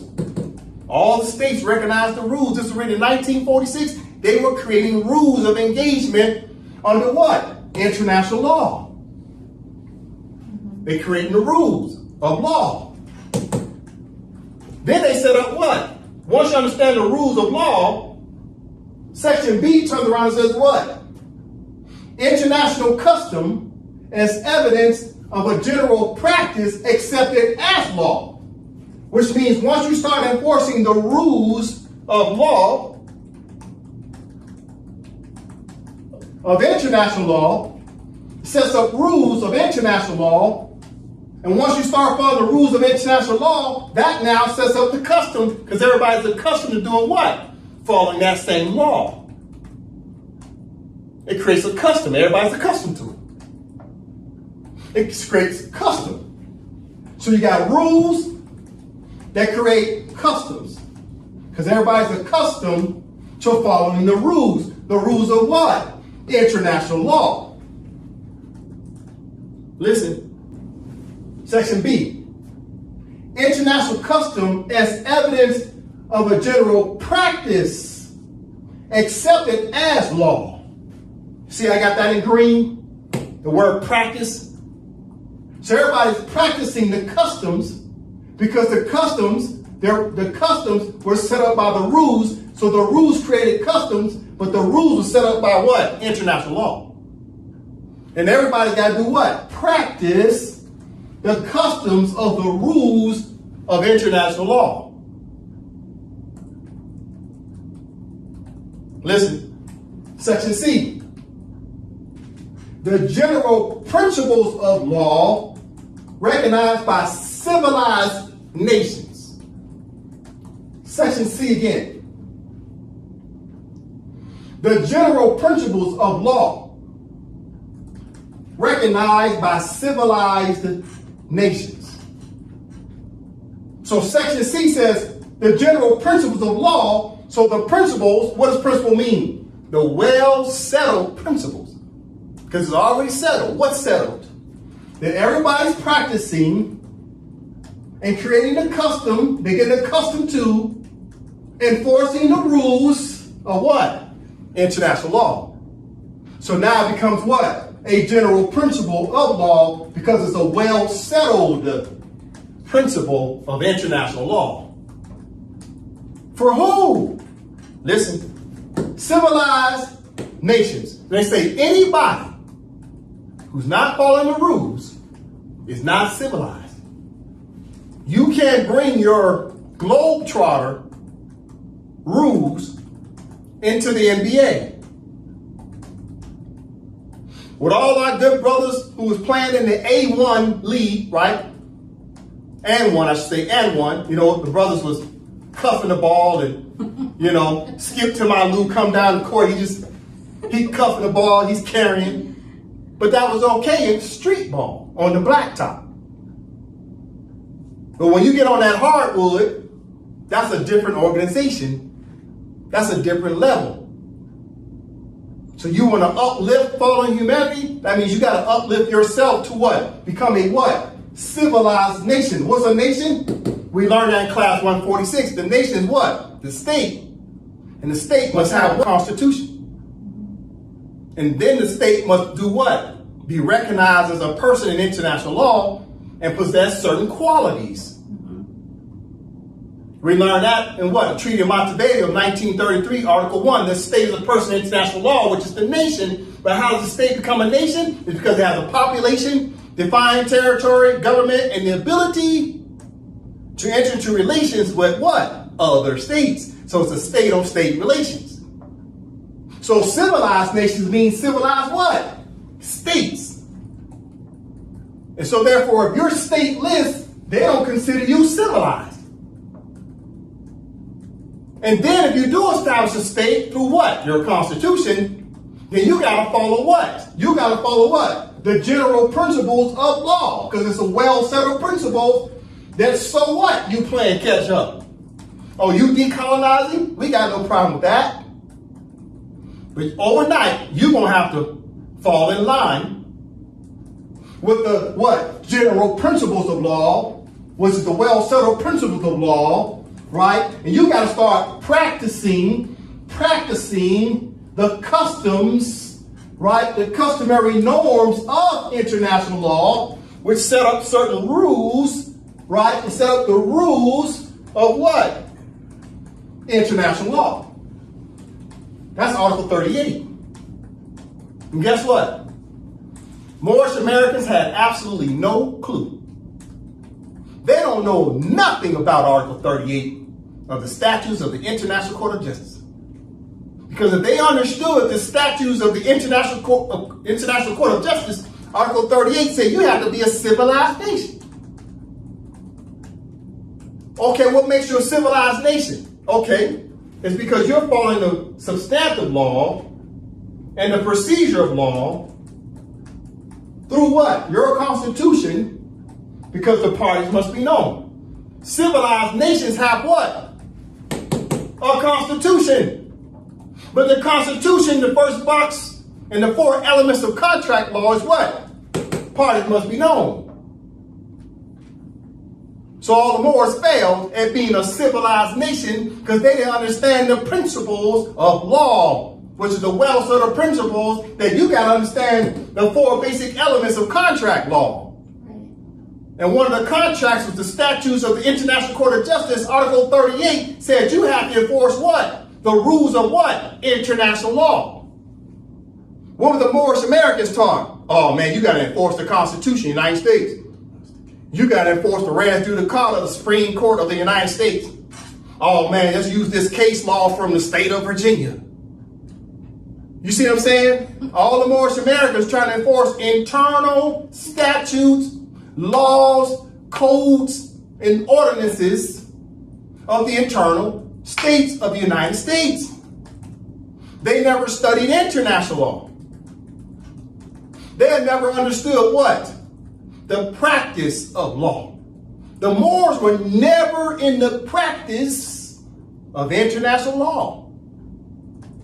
Just the Moors don't understand. So the Constitution is the practice of law because this is the customary when people decolonize and they establish what? Constitution. But first they have to do what? Declare their independence. As a people. Well, what's the name of the people? Moroccans. Then they have to establish a constitution. Because all states have what? Constitutions. You see? What else do civilized nations do? They turn around and follow these reforms. Let's take it to the board. Right now, we're still talking about the Charter of the United Nations, 1945. Chapter 11, Articles 73 and 74. What is Chapter 11, Articles 73 and 74 about? It's about what? It's about the legal argument of decolonization of the state and its indigenous people, i.e. Moroccans. So what's the name of the state? Empire Morocco. What's the nationality? Moroccans. Your legal argument is decolonization. That's the legal argument. Right? That's the legal argument is decolonization. That's your legal argument. And the Charter of the United Nations is what you call law. It's law. But when you now want to become a civilized nation because you're decolonizing, now you have to put together what? Your facts. It's called what? The state. The state, it's a legal term, the state of facts. You got to put this together what's called a state of facts, which are the facts about your state. In law, everything's about what? The facts in combination with what? The law. So it's the merits of your case supported by the law. So the facts and law. It's about facts and law. And when you can introduce as a legal argument your facts that supports the law, or the law supports your facts, you have a high probability of winning your case. So therefore, your legal argument, what's your legal argument? What is your legal argument? Your legal argument is that you're a civilized nation now. What makes you a civilized nation? According to Article 38 of the Statutes of the International Court of Justice. Well, you're following procedural boxes that civilized nations do. What do civilized nations do? Okay, watch this. Here's the question. What are the Moors' state of facts? Based on what? Your legal arguments. You got to state some facts, Moors. You got to tell the whole world you're what? A civilized nation now, which means you're a civilized state. Well, how do you establish that in your legal argument? You say, okay, well, first of all, as a state, we did a Declaration of Independence. You see that? Declaration of Independence. That's following a procedure of law. The customs of law says people trying to decolonize got to do what? Declare independence. We did that. So also under our facts, we did what? We drafted a constitution and signed it. Constitution of what? Empire Morocco, which is the proper party name of the state. And the nationality of the people is what? Nationality of what? Moroccans. Right? So it's the granting in the resolution 1514 of 1960 of the United Nations is about the granting of independence of what? Colonial states and people. So what's the colonial state? It was the Empire Morocco. It was colonized. What's the name of the people? Moroccans.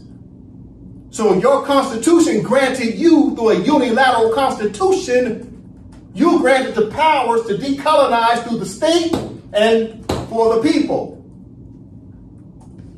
So we checked those boxes to let them know we're a civilized nation. Listen, what was next? We established what? 3 branches of government. You see? Because that's the first, that's article number 1, the Treaty of Montevideo of 1933, about the rights and duties of states. What is the duty of the state? To have a government. Article 1 of that Treaty of Montevideo said what? The state is a person in international law. So we create the state, which is the Empire of Morocco, Nationality of Moroccans, then we created 3 branches of government. You see? What's the defined territory? The empire, that's the defined territory. The empire itself is the defined territory of all the several states and countries within the empire.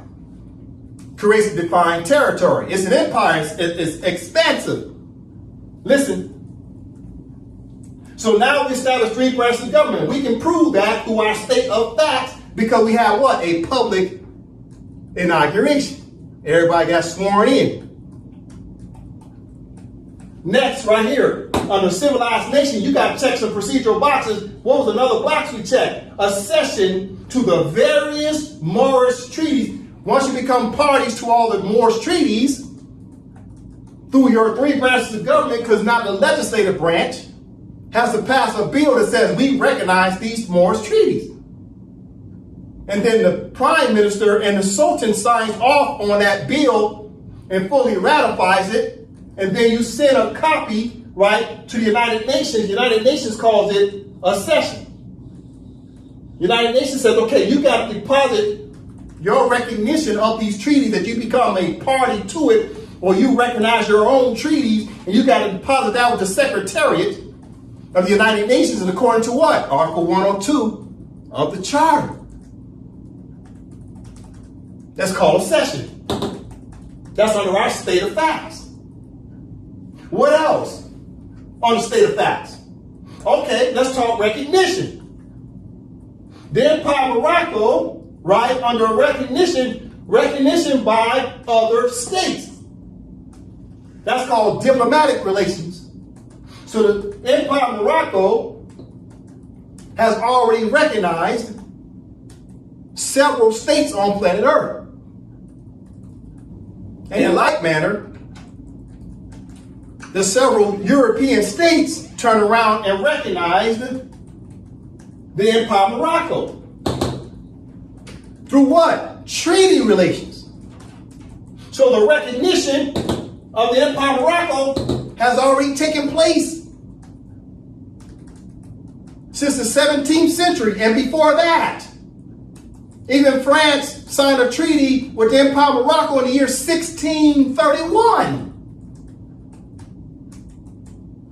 So the Empire of Morocco has been recognizing European states for centuries. So the recognition has already been completed.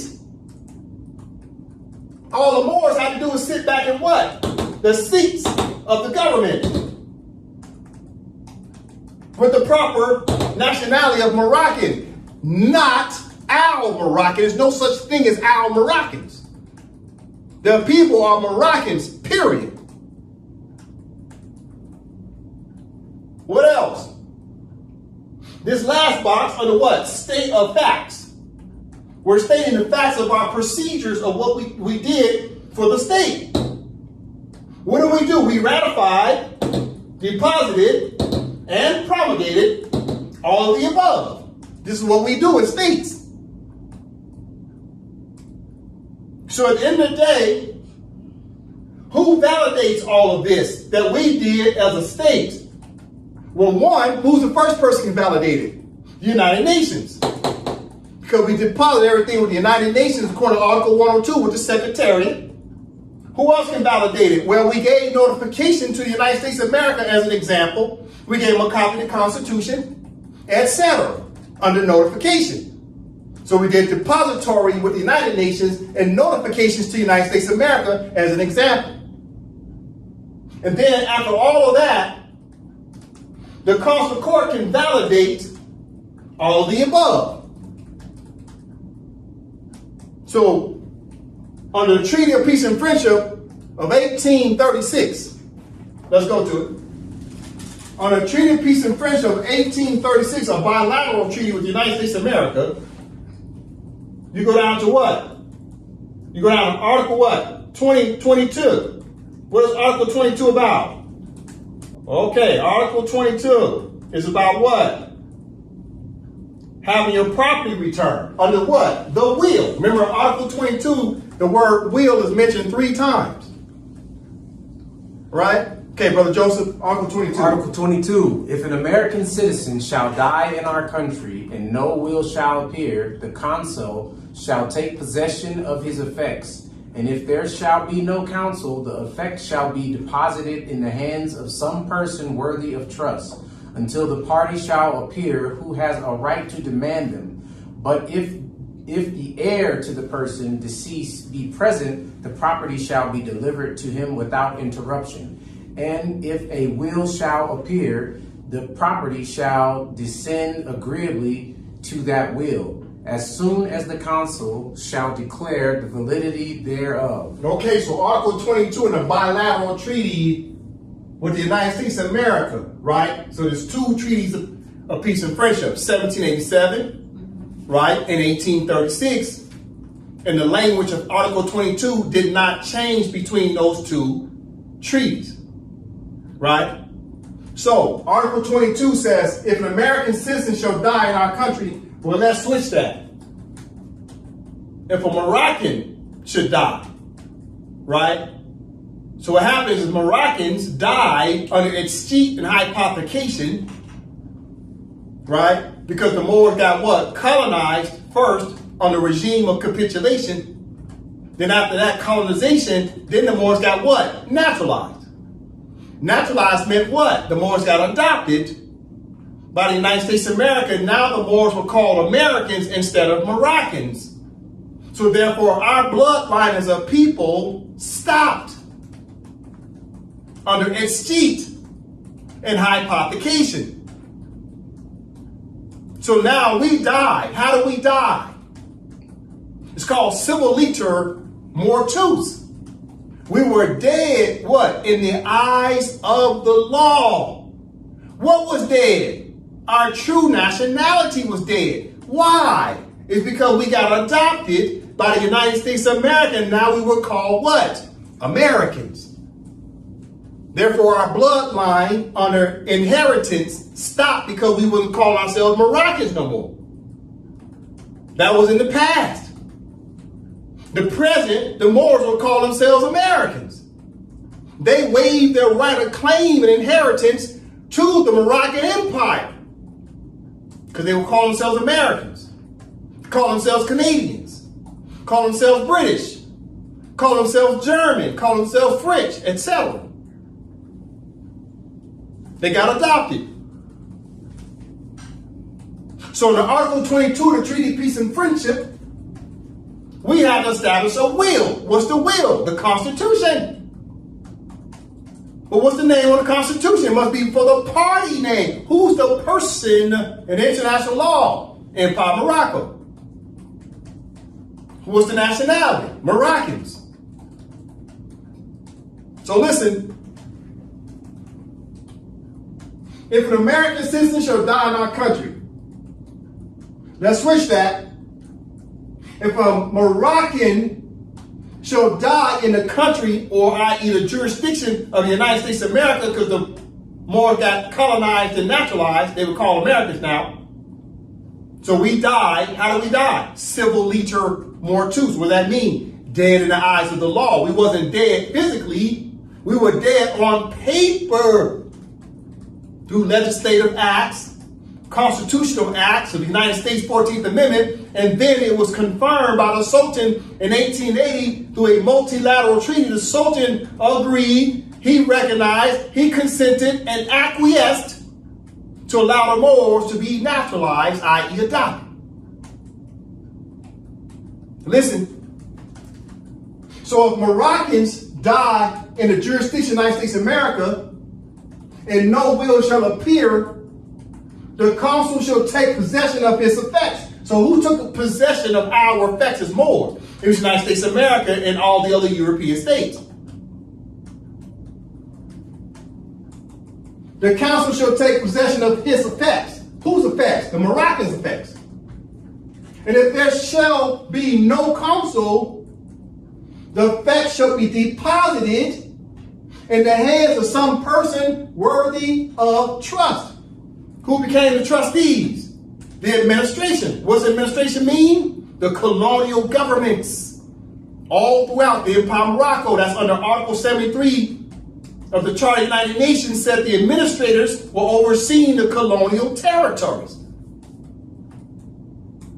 All of our land and people went into a trust status. And we became wards of the state. What state? The foreign state. We got adopted by a foreign mother country. The United States of America's Constitution is female in character. The United States of America's Constitution is female in character. And that Constitution adopted us because they amended their Constitution under the 13th, 14th, and 15th Amendment. So their mother Constitution adopted the Moroccans and turned them into Americans as an example. And this took place all throughout the Empire of Morocco under different names such as Canadian, British, etc. Again, from the top, Article 22. If a Moroccan shall die in the jurisdiction of a colonial state, and no will shall appear, the consul shall take possession of his effects. If there shall be no consul, the effects shall be deposited in the hands of the colonists under trust status. They became trustees. Until the party, what's the party mean? The state, the people and the state. Until the party, who's the party? The party's who? Empire Morocco, and who? The Moroccans. Listen. Until the party shall appear who has a right to demand them. How do you have a right to make a demand? You got to present what? Some properly legal instrument, some properly legally written instrument, such as what?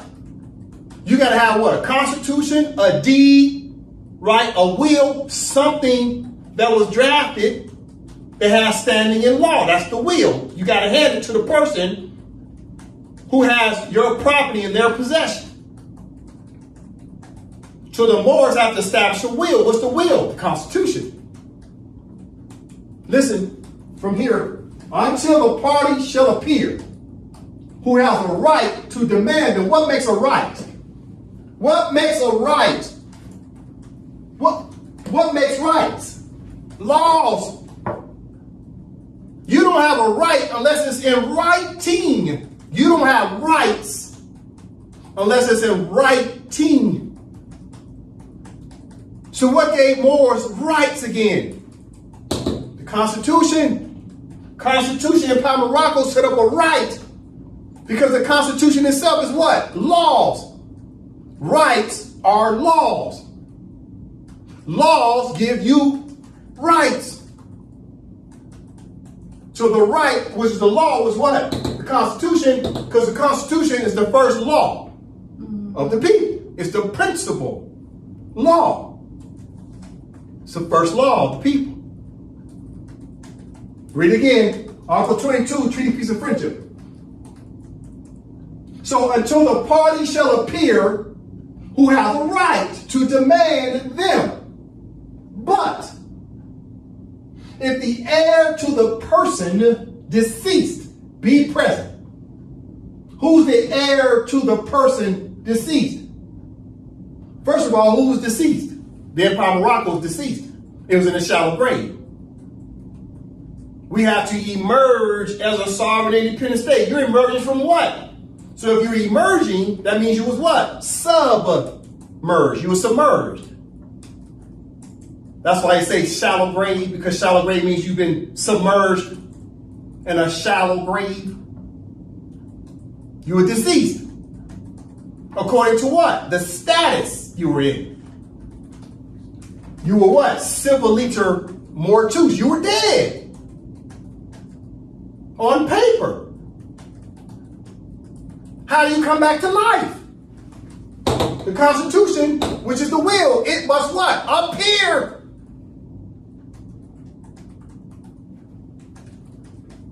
Until the party shall appear who have a right to demand them, but if the heir to the person deceased be present, the property shall be delivered to him without interruption. You see that? So when you produce the Constitution of the Empire of Morocco, for who? Moroccans. The Moroccans can demand their property back without what? Interruption. You see? Because we have a right to demand them. Did you hear the words I used? We had a right to demand. What gave you rights? How did you get rights? Laws give you rights. Your rights come from laws. Laws give you rights. What's the first law for Moroccans? Constitution. We never understood this. We were foolishly taught to enforce the Constitution of the United States of America.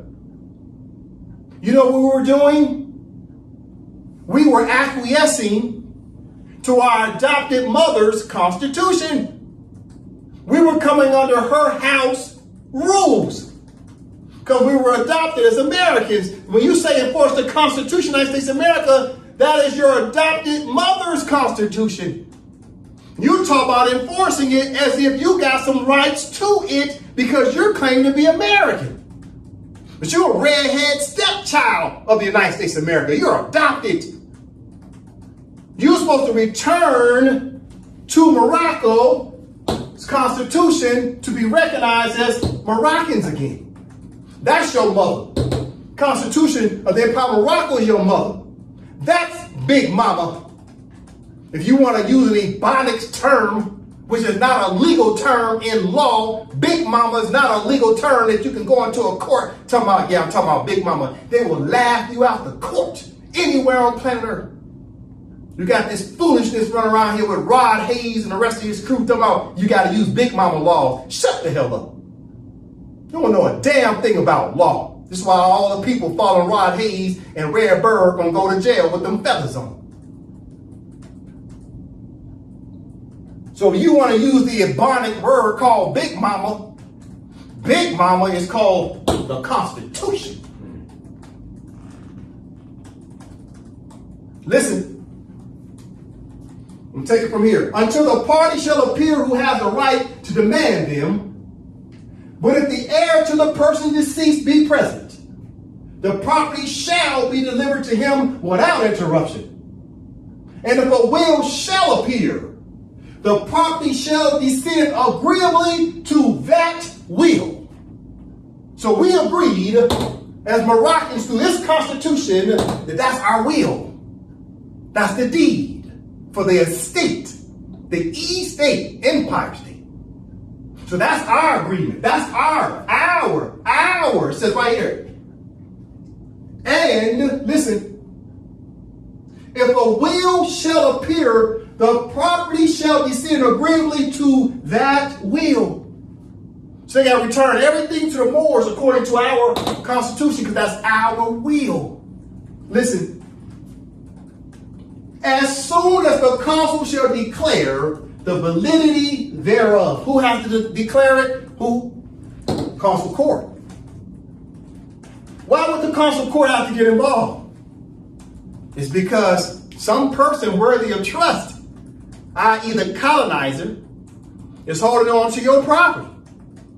Therefore, if the colonizer don't want to return it in good faith, because you produced the will and everything on demand, you got a right for your property returned without any interruption. If it creates what's called a contentious dispute between these two parties, they got to take it to what?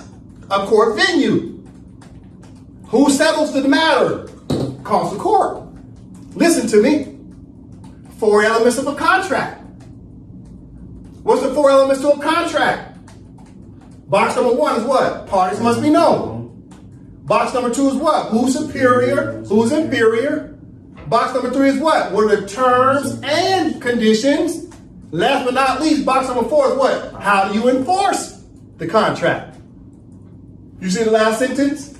How do you enforce the contract? It says, the consul shall declare the validity. Who's the consul? Consul court. You see that? It's too easy. So in this entire paragraph of Article 22 are all 4 elements of contract law is in Article 22. The parties must be known, because the party must produce what? A will. You must be the heir. And the will is the Constitution. You see? So party must be known, because you're talking to someone who's holding on to your what? Your property.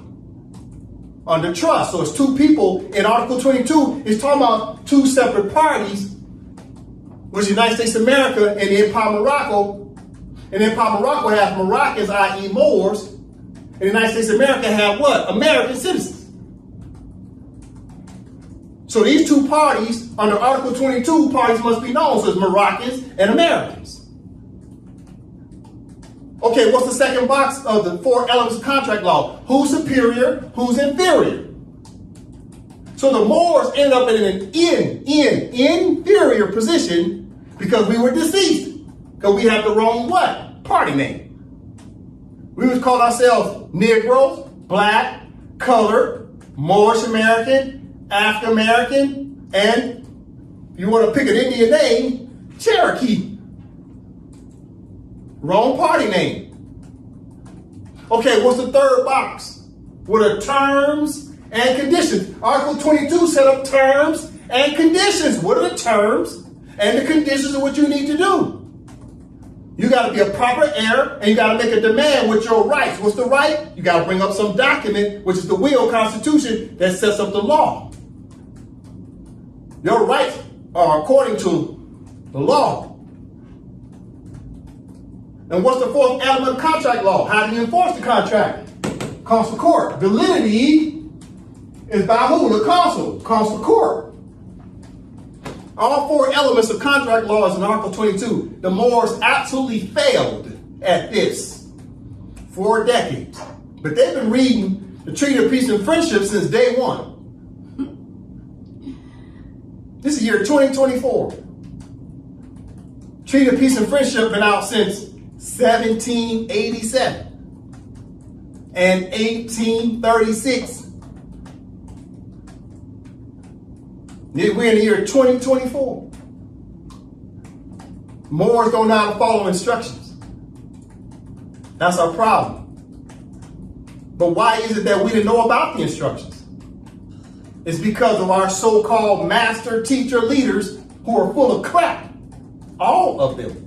Whether they're at the Moor Science Temple as Grand Sheiks, or they're Grand Sheiks of some civic organization, or they're the minister of a mosque like Louis Farrakhan, or they're sitting over there at the round table of NAACP, or they're sitting high and mighty like uppity Negroes of the HBCU presidents, etc., etc., etc. Right? You got your Masonic lodges, Prince Hall, all this crap. And these treaties been out since the 17th century. This is shameful that we didn't know this. We've been misled and miseducated. We're misinformed and uninformed by our so-called leaders, but we got to get rid of all of them. They've been holding us back. You gotta understand this. So the Moors have been lacking in what? We didn't understand the law. And we understood the law, then we could have been better in our legal arguments of our what?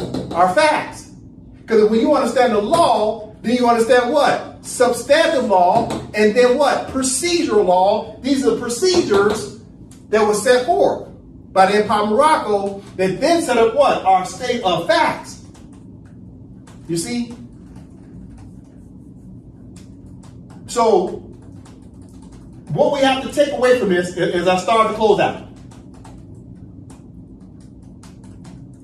We as Moors have to learn, or shall I say, unlearn what we've learned as Moorish Americans. We have to unlearn what we learned as Black people. We have to unlearn what we learned as African Americans. We have to unlearn what we learned as so-called Indians. And we have to start learning international law to become what? A civilized nation. What does nation mean? The state. But the state possesses four qualities. What's the qualities? Population, defined territory, a government, and the ability to enter into relations with other states. But how is your state recognized? It's recognized through what? Constitution. But first you have to do what? You have to have a Declaration of Independence. Then you have to have a constitution based upon the nationality of the people, set up 3 branches of government. Then you have to have accessions to any of the treaties, right? You have to be recognized by other external states. External states. If you don't have recognition, how the heck are you going to get into diplomatic relations with other states if no other states even recognize that you exist? The Empire of Morocco is an ancient state. It's already recognized because it recognized other states, and those states in like manner recognized the empire. That's why I took you through on the beginning. I showed you all those treaties that the word empire is being used. Even George Washington referred to as the empire in 1789. This is a well-settled principle. It's already recognized. You got some fools out there talking about, oh man, y'all state ain't recognized. That goes to show you these people are absolutely ignorant. These are Moors saying that the Constitution for the Empire of Morocco is not recognized.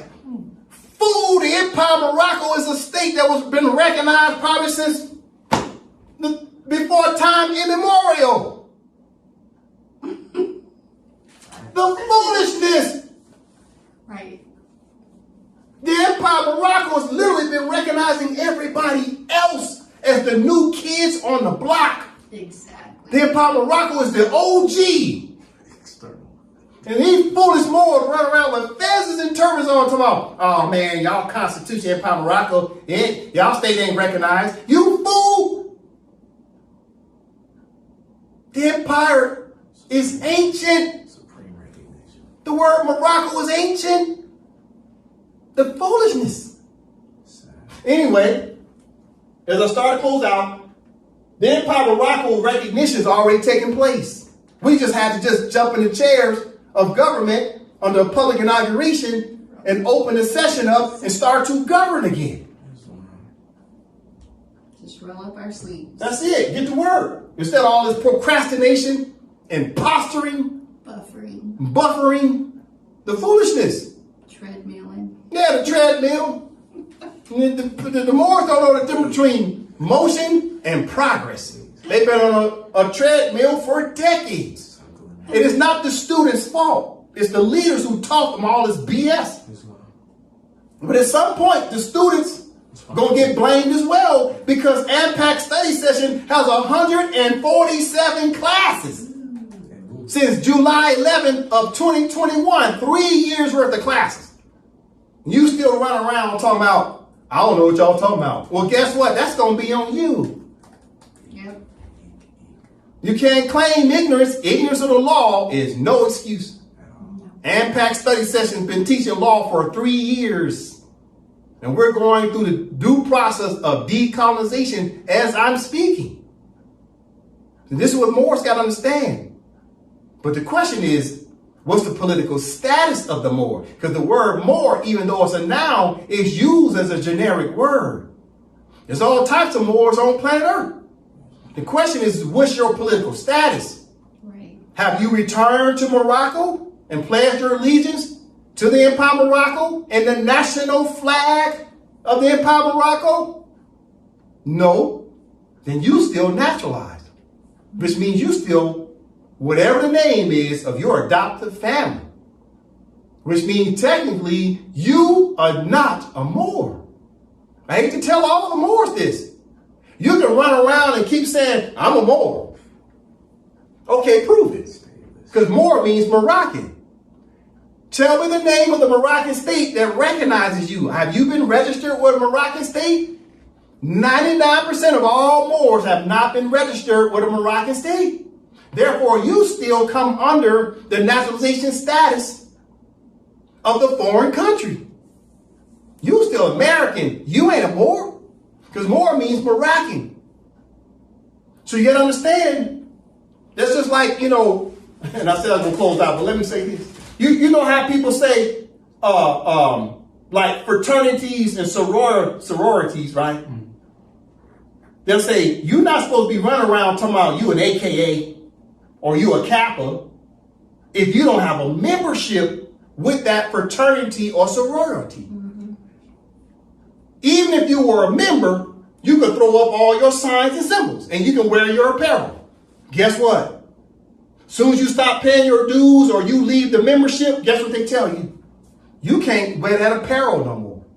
You can't throw up them signs and symbols because you're no longer a card-carrying member of that society.